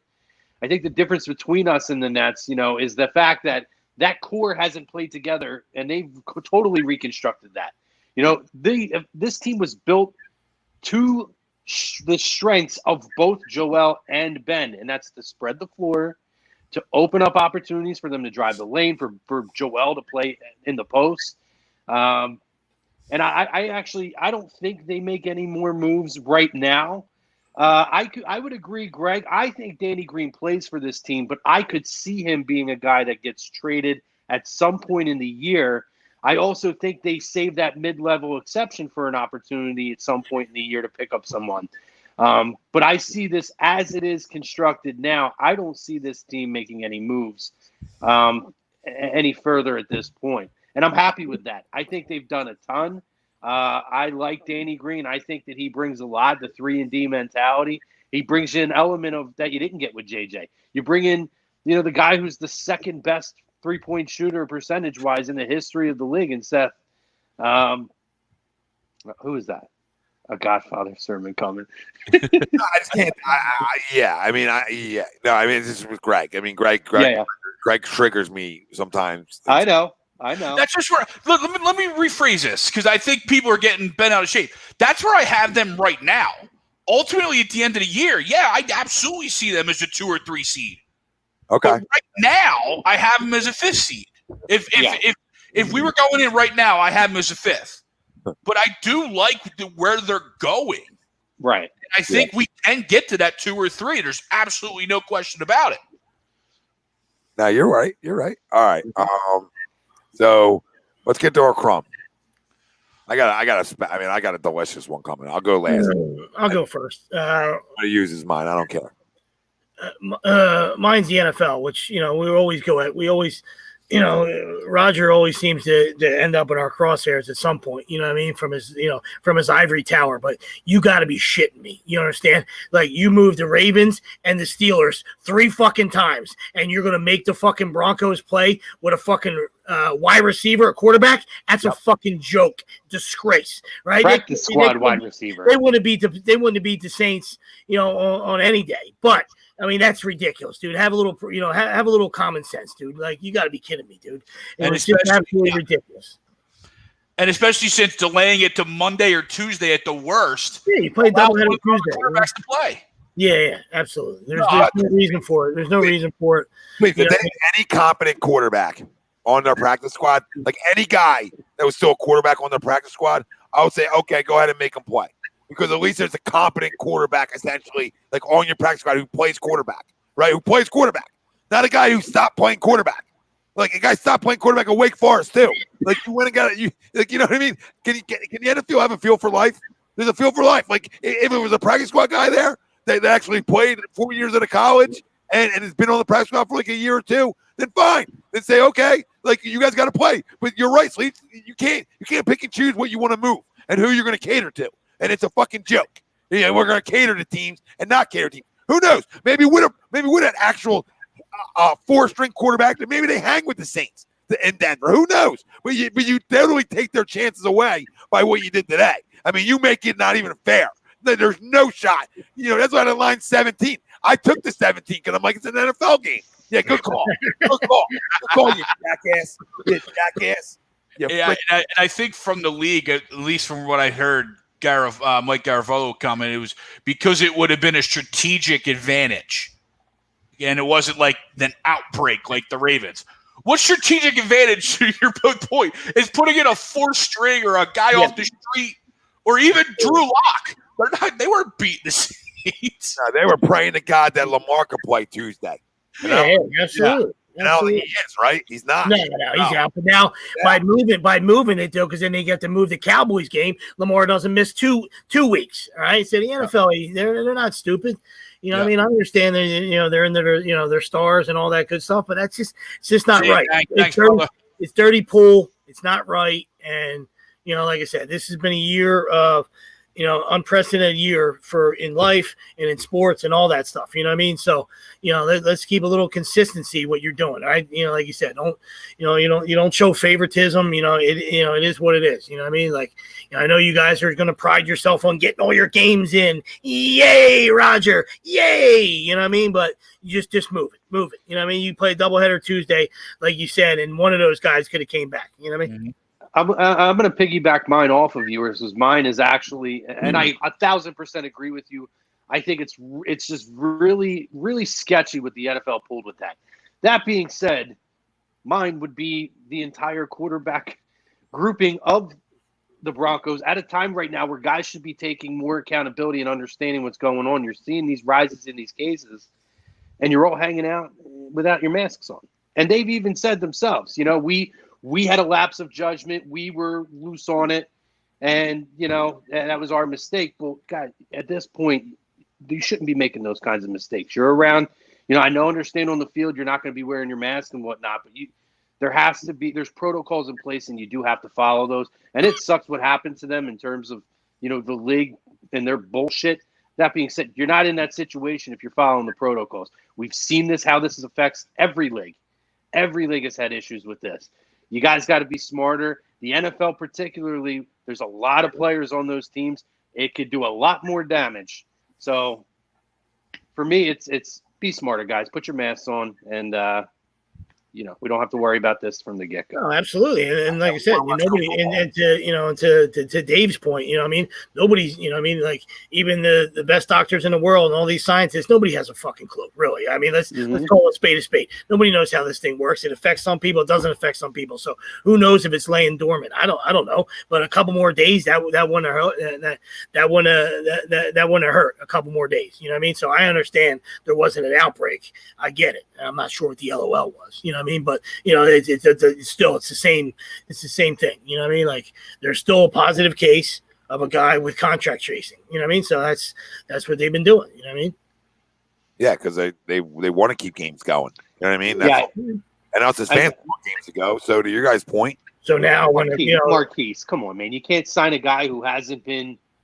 You can't sign a guy and bring him in to play play a day. And honestly, a guy who hasn't been in the league in how long, isn't conditioned, hasn't had any reps with a team, you can't do that. You got to roll with a guy. Unfortunately, they were put in that position. They had to roll with a guy, a practice squad guy, who at least has some familiarity with the offense. That's weird. Should have let the grad assistant coach do it. That's what you should have let. I mean, I would have loved to see Elway come running. He probably wins that game. Yeah. Probably the best quarterback they had in the last 5 years. You ain't kidding. My crumb of the day is probably going to – not many people are going to know where this is coming from, but Oscar De La Hoya decides to come out this week and decides to say that if he were to make a comeback, that he would like to fight Triple G because he would be an easy opponent to come back to. My man Oscar, cocaine's a hell of a drug. Yeah, Cocaine's a hell of a drug. I don't see where, just because maybe you thought your boy Canelo really did beat him twice, then you can say he's easy. But in my eyes, he beat Canelo twice. So Triple G should still be undefeated. And that's not an easy match for anybody. No, it isn't. It's stupidity. Yeah, David, it was atrocious. The whole card was atrocious. Man, I'm glad I didn't spend money on that. Oh, I didn't spend money on it. I know. But yeah, it was atrocious. Oh, fisticuffs. Where? The game. On where? I didn't even see that. How far back are you? 20 seconds. They just kneeled down the last kneel, and then they came in all hot. Oh yeah. Yeah, you're definitely behind. Watching live TV. How am I behind? They were hugging and walking off the field when you said, "Oh, fisticuffs." That's why we're wow. saying what the hell you talking about. Jesus. Good work, Spectrum. Crumb of the day. Spectrum Cable. Yeah, Florida hasn't got that right. Yeah. About Florida, they're like 2007 with their internet. Yeah. It really truly is. It's funny. So my Crumb, give me a second here. Marquis said Nate Robinson went 99. Someone should have thrown a damn towel. Yeah, well, that's when you think you're a boxer, bro. You know what I mean? Like, come on, bro. You're not a boxer. Definitely picture my man Duke looking at Rocky. Throw the damn towel! Fucking love me some Duke. That fight was so bad because Nate had no idea what he was doing. He was just lunging in, and then they wrestled, and then Jake Paul caught him twice and knocked him out both times. Yeah, and doesn't he actually train in like a legit boxing gym? Jake's trying to, yes. Yeah, he's like an amateur. Yeah, he's trying to be an amateur. Yep. Yeah, I mean, I guess he's technically labeled as a professional, which is why these fights have happened. But yeah, he called out Conor McGregor. He called out Dylan Dennis. He called out a bunch of different people last night after his win. It's funny. Yeah. Another thing that's cute is it's sad, man, because an organization that's put us through a lot since 2012 day in the Philadelphia Phillies. Put us through a lot. I mean, we're talking 8 years since we've been a competitive baseball team. Like we should, like we thought we would. So a rebuild shouldn't take 8 years. That means a lot of stuff has failed, right? And you always point to the top. And the top came out and became a flat-out fucking liar and tried to tell his organization on the inside that they lost $2 billion. Well, you lost $145 million because all Major League Baseball lost $6.8 billion. So you definitely didn't lose $2 billion of it yourself, okay, bud? All right, that's not how that works. So you didn't lose $2 billion yourself. So you lied as a cop out to not sign JT. You told your organization that you don't think you're gonna have the money to sign him. Well, 2 years ago you talked about stupid money and you didn't use it. You traded for a guy who's the best catcher in baseball, and then you didn't ink him up at any point. At any point, you could have inked them up last year. You didn't ink them up. You could have inked them up in spring training last year. You know what I mean? Or 2 years ago. Could have inked them up during the season 2 years ago. At any point, you could have inked them up. You decide not to. So now you get caught with your pants down. You fire 80 employees. You lied to the fan base. Team's not going to be good enough. Theo Epstein tells you no. I mean, the list goes on and on. Not that Theo Epstein would have changed anything. I'm just making a point. Like, and people are going to tell you no because they don't want to work for you. Because you've lied to a fan base. You told us 2020 was going to be the year you competed and won and got to the playoffs. And in an expanded format, you didn't. Still could. In a fucking expanded format, you sat home. So, I mean, listen. Everything he's put together in his tenure has not been good enough. All right? And no rebuilds take 8 years. and they bitch and moan about money. I had no sympathy for billionaire owners. All right, and their money. All right, everybody lost money, so I don't give a shit.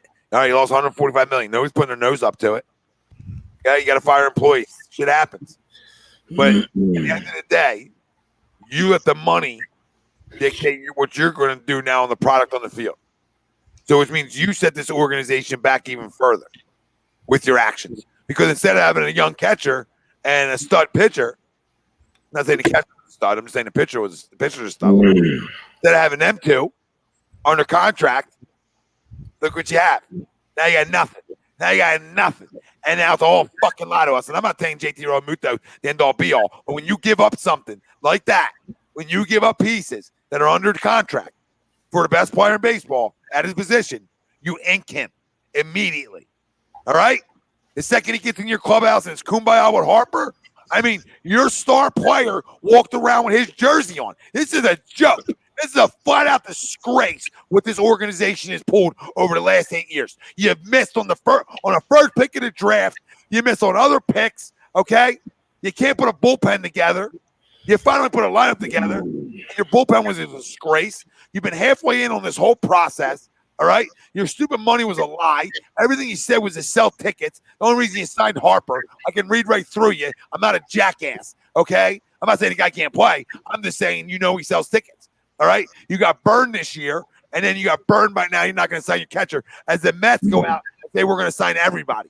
So you either want to be in it or you don't. So either be all in like you promised or pack your fucking cigars and go home. Yep.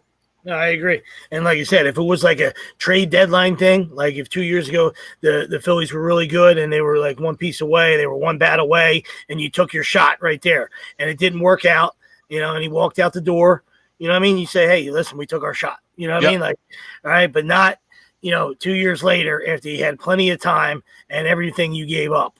Agreed. You know what I mean? I understand you can't make people sign on the dotted line, but you can put your best foot forward, which you didn't do for 2 years. You know what I mean? And now it just became too late. And then at the, by the time it was pandemic time, you're like, you're crying the blues, you know what I mean? Or it would have been done way before the pandemic,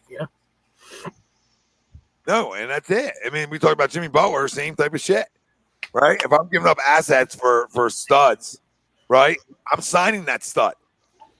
I'm not halfway in the win because I plan on winning over 4 or 5 years.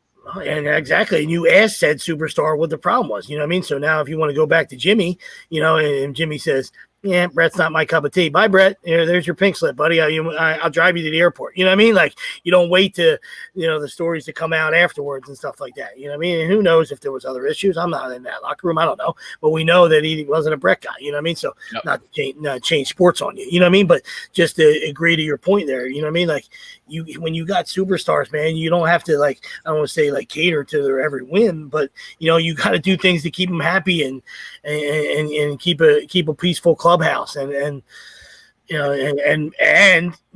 put a winning product on the field to to make sure your fans are happy. Yeah, and if it takes having to make a move on a guy on a contract year to keep him, I do what I got to do. And JT doesn't seem like that's the issue, right? So all you're asking from JT is over the last 2 years, you're just trying to get it done. How much you want? You said stupid money, so your checkbook should be open. It's almost you go to his agent and you say, "What do you want?" It's like, like you said, what do you want? The planes around to meet Harper, you jerk off. You're flying planes around to meet Harper, and your best catcher in baseball, you're saying F you two. You're a crock of shit. Like you said, the whole thing has just been a calamity. You know what I mean? Like you're on the sideline watching the parade go by. You know what I mean? This year was a shit show. Forget about 60 games, short season, whatever. You could see early on that even though like with the expanded playoff, teams and stuff like that, everybody figured they had a shot. You know what I mean?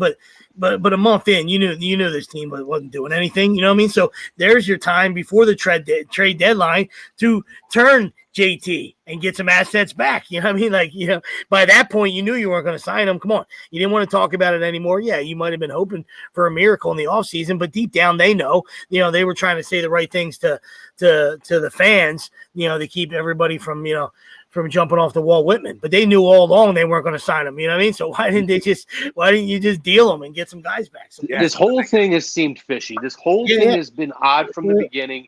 And the fact that this is where the big difference is, right? We're talking about Jeffrey Lurie as an owner earlier, right? And we all know his face, but he doesn't put himself out there all the time. He doesn't have his fingertips on everything.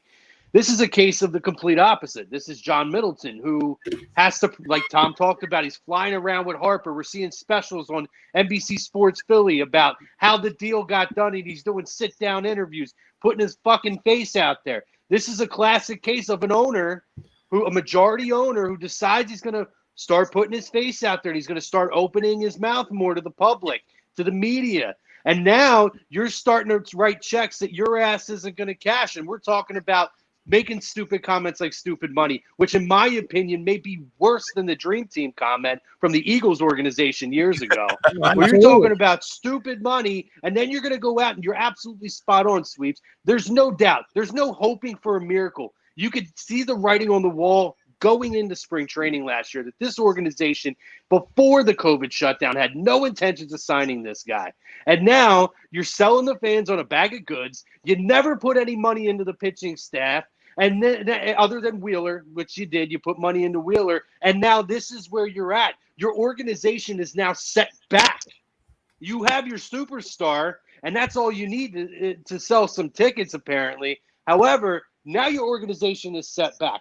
Now you're on a lot of different avenues in this team. You're back to the drawing board, and you lied to your fan base, and you sat there, and you did it to yourself. You put your face out there. You made those comments about how much you're going to spend, and now you're lying about how much money you're losing. I'm not even a Phillies fan, and that to me is a symbol of a lot of the ownership now, because you're hearing about the greed of the owners in the NHL who want to start pulling shit before they have a collective bargaining agreement.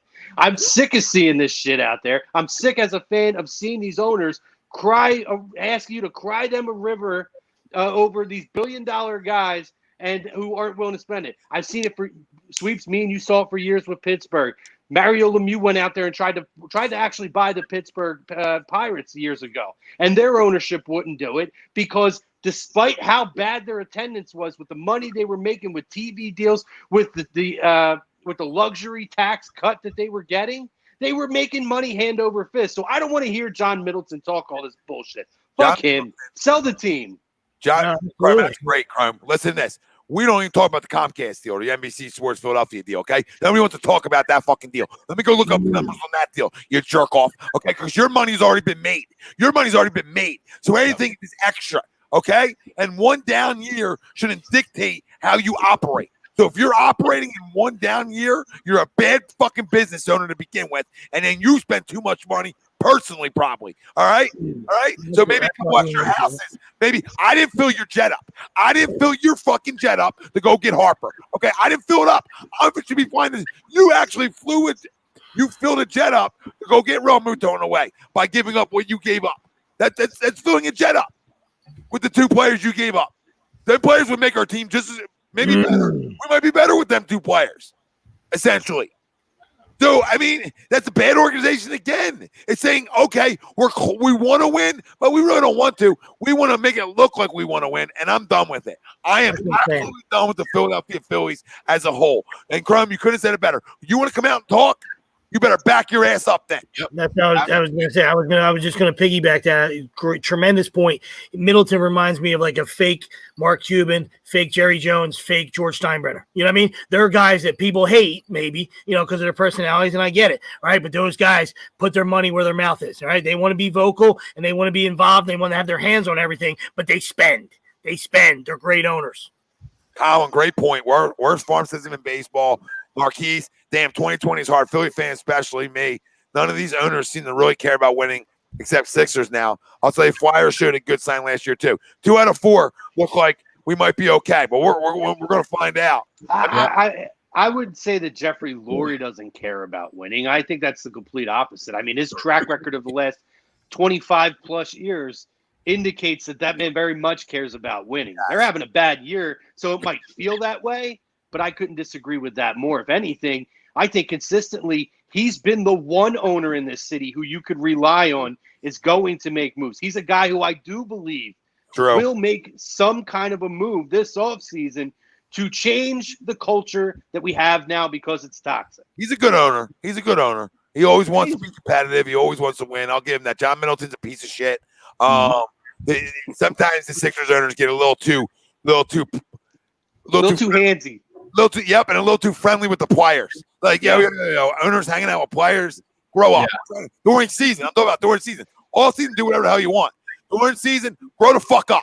I'm trying to win basketball games. You want to go hang out with the star players. What are you in it for? Pictures? Or are you in it for IG? Are you in it for the Instagram likes? Or are you in it to try to win basketball games? IG? So, I'm going to get I don't even know what that is. I felt it came out good. IG? Not with the Mets, probably. The Mets will back up the Brinks. The Andrews comment about Gabby Sanchez. No. Or Gary Sanchez. Absolutely not.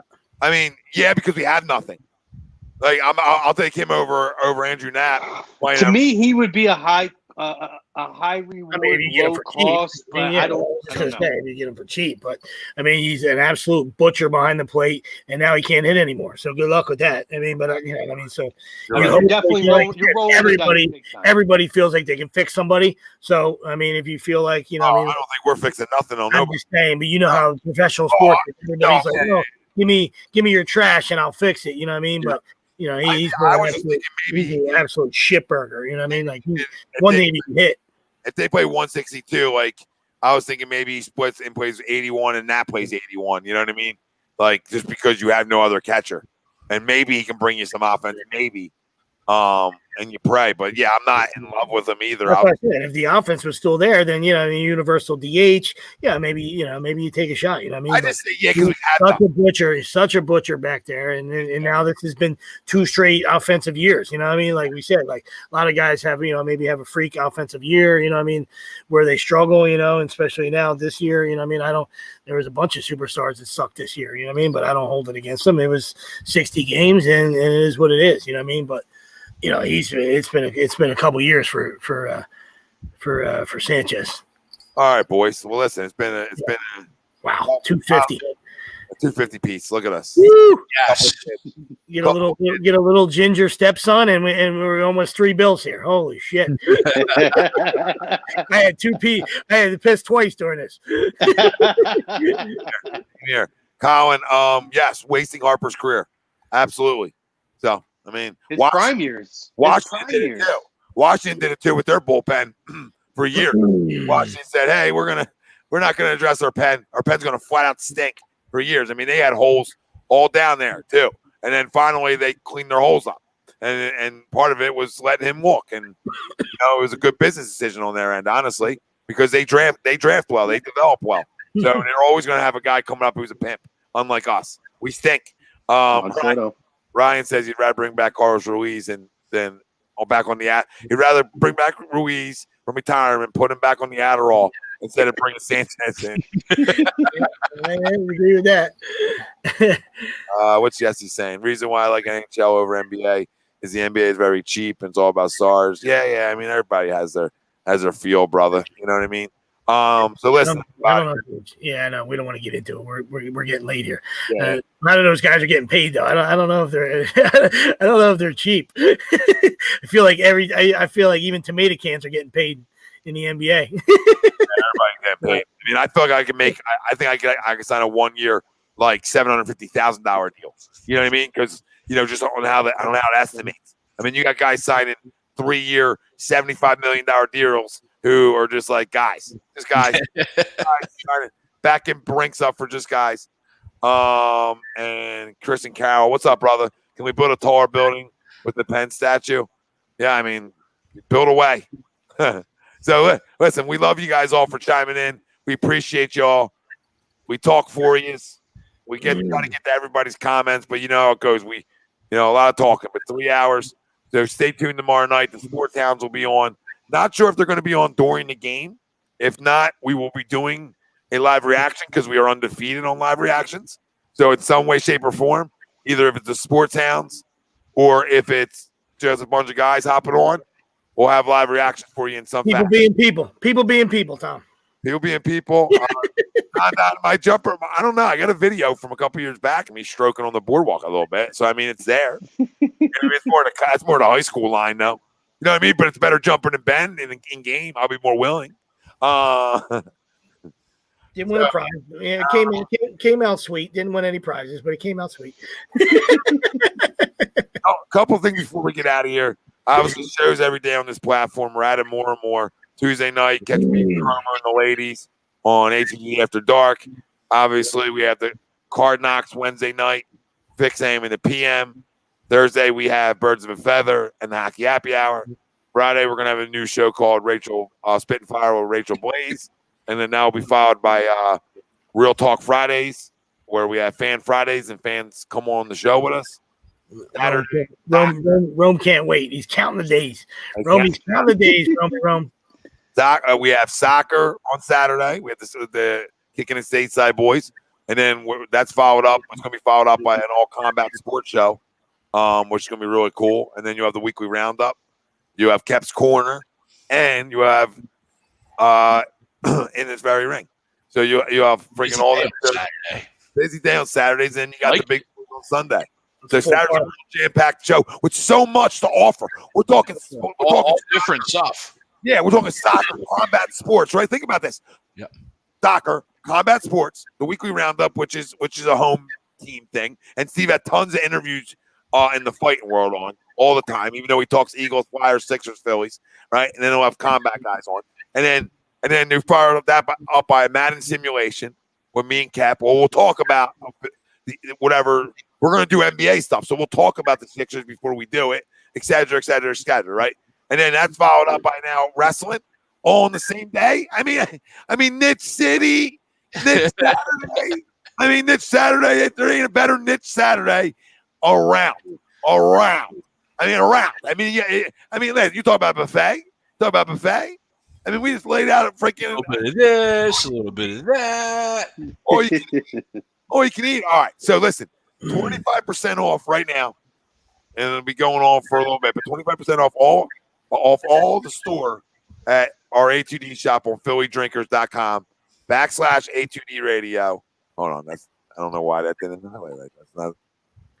But it's / No, that is the right one. Why? That is the right link. Why did it come out wrong? There we go. PhillyDrinkers.com /pages / A2D Radio, and you see the little dash in the radio. So there you go. Or just go on PhillyDrinkers.com and search for the A2D tab in there. You can do that too. And 25% off. So everything in there is 25% off. So go soak it in for the holidays, fam. You know, some people run Black Friday sales for a day. You see them, Crumbs? You all see them, right? You all see them. The scumbags. We ain't scumbags here. We're going to let this roll because we're here for you. So we want you to buy shit. We want you to rep us. We want you because we're voicing you motherfuckers. So let's go. All right? Giddy up and all businesses. Giddy up and eat. So last thing. Another little thing we got for you too. Look at this. For all your hats, all your team hats, allcampusoc.com. Discount code A2D for 15% off. That's not going away either. So you get more. You get hats for the family. Hats for yourself. To yourself. All right. And what else we got? Our doc, make him yours. Dr. Paul Vidal. We love him. SpecializedPhysicalTherapy.com. Burlington, Cherry Hill locations. Look at that. Oh, nice work right there. I almost said not Princeton. I see you. That's why that's why you're the boss. Not your first promo. My bad. Sorry. Yo, in the beginning of the show when I said it, I was like, after I said Burlington, I like stop. I was like, I'm so used to saying it. Come on, Doc. I can't. I wanted to crush him on Sunday. What are you doing? I've been saying it forever. What are you doing to me? Yeah, you can move. You can move your stuff out, Doc. Just pay rent there so we can keep saying it. Keep the building, would you? One time. Look at Don. Don was all over. Don Don's incredible. President, we love you, brother. He said, "Love." Don Don's a huge Finkel fan. We love Don Don. What up, Prism? President, love the Fan Friday format. I knew that, buddy. I knew that. The amount of effing interaction with the fans is bar none. No, we had a ton of fun. And then our first caller actually went right at Robbie. You know, JP went right at Rob with his backdrop. I mean, he went right in his throat with the backdrop. We had a lot of fun. Rome told us that he was blazed up, which we, and soak it in, baby. You know, he's mad at you. Great conversations. Got to blow that shit out. We had a lot of fun. Brandon was on with us too. Brandon came on. Brandon Flowers. So we had a great time. So I saw some other guys try to get in, and their internet wasn't working.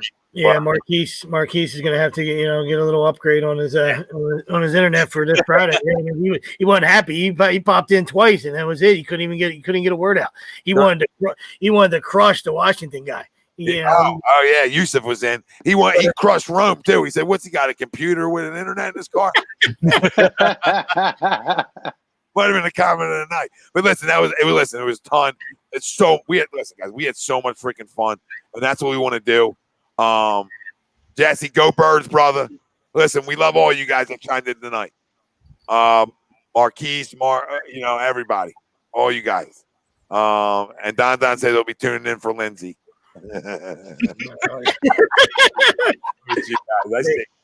I see. Glad to see your eyeballs are working, Don. Ain't mad at you. Colin, Christian, thank all you guys. Marquise Graham, TTP Ball, we saw you, brother. We love you, man. So, guys, stay safe out there. Keep enjoying sports. Obviously, go Birds tomorrow night. It's a big one. And then you get a little Tuesday night football action, too, for yourself. So, enjoy it. You're only one day without football. Well, two, really, if you count Friday with the NFL. Yeah, Saturday. I'm sure there's Maction on Tuesday and Wednesday as well. You got football every night because there'll be something Friday, college-wise. So you got football every night this week. So giddy up, enjoy it. And listen, maybe we find a way to win a game tomorrow night. Simple as that. 28 seconds. I see him. I don't think I didn't see his eyeball peek up there. This is 25 seconds. This is Stretchville right here. I see you. I'm behind the prompter. Stretch it out. Land this plane like Sully. Land this plane on the Hudson top. Nick DelGozzo, Greg Milakovic.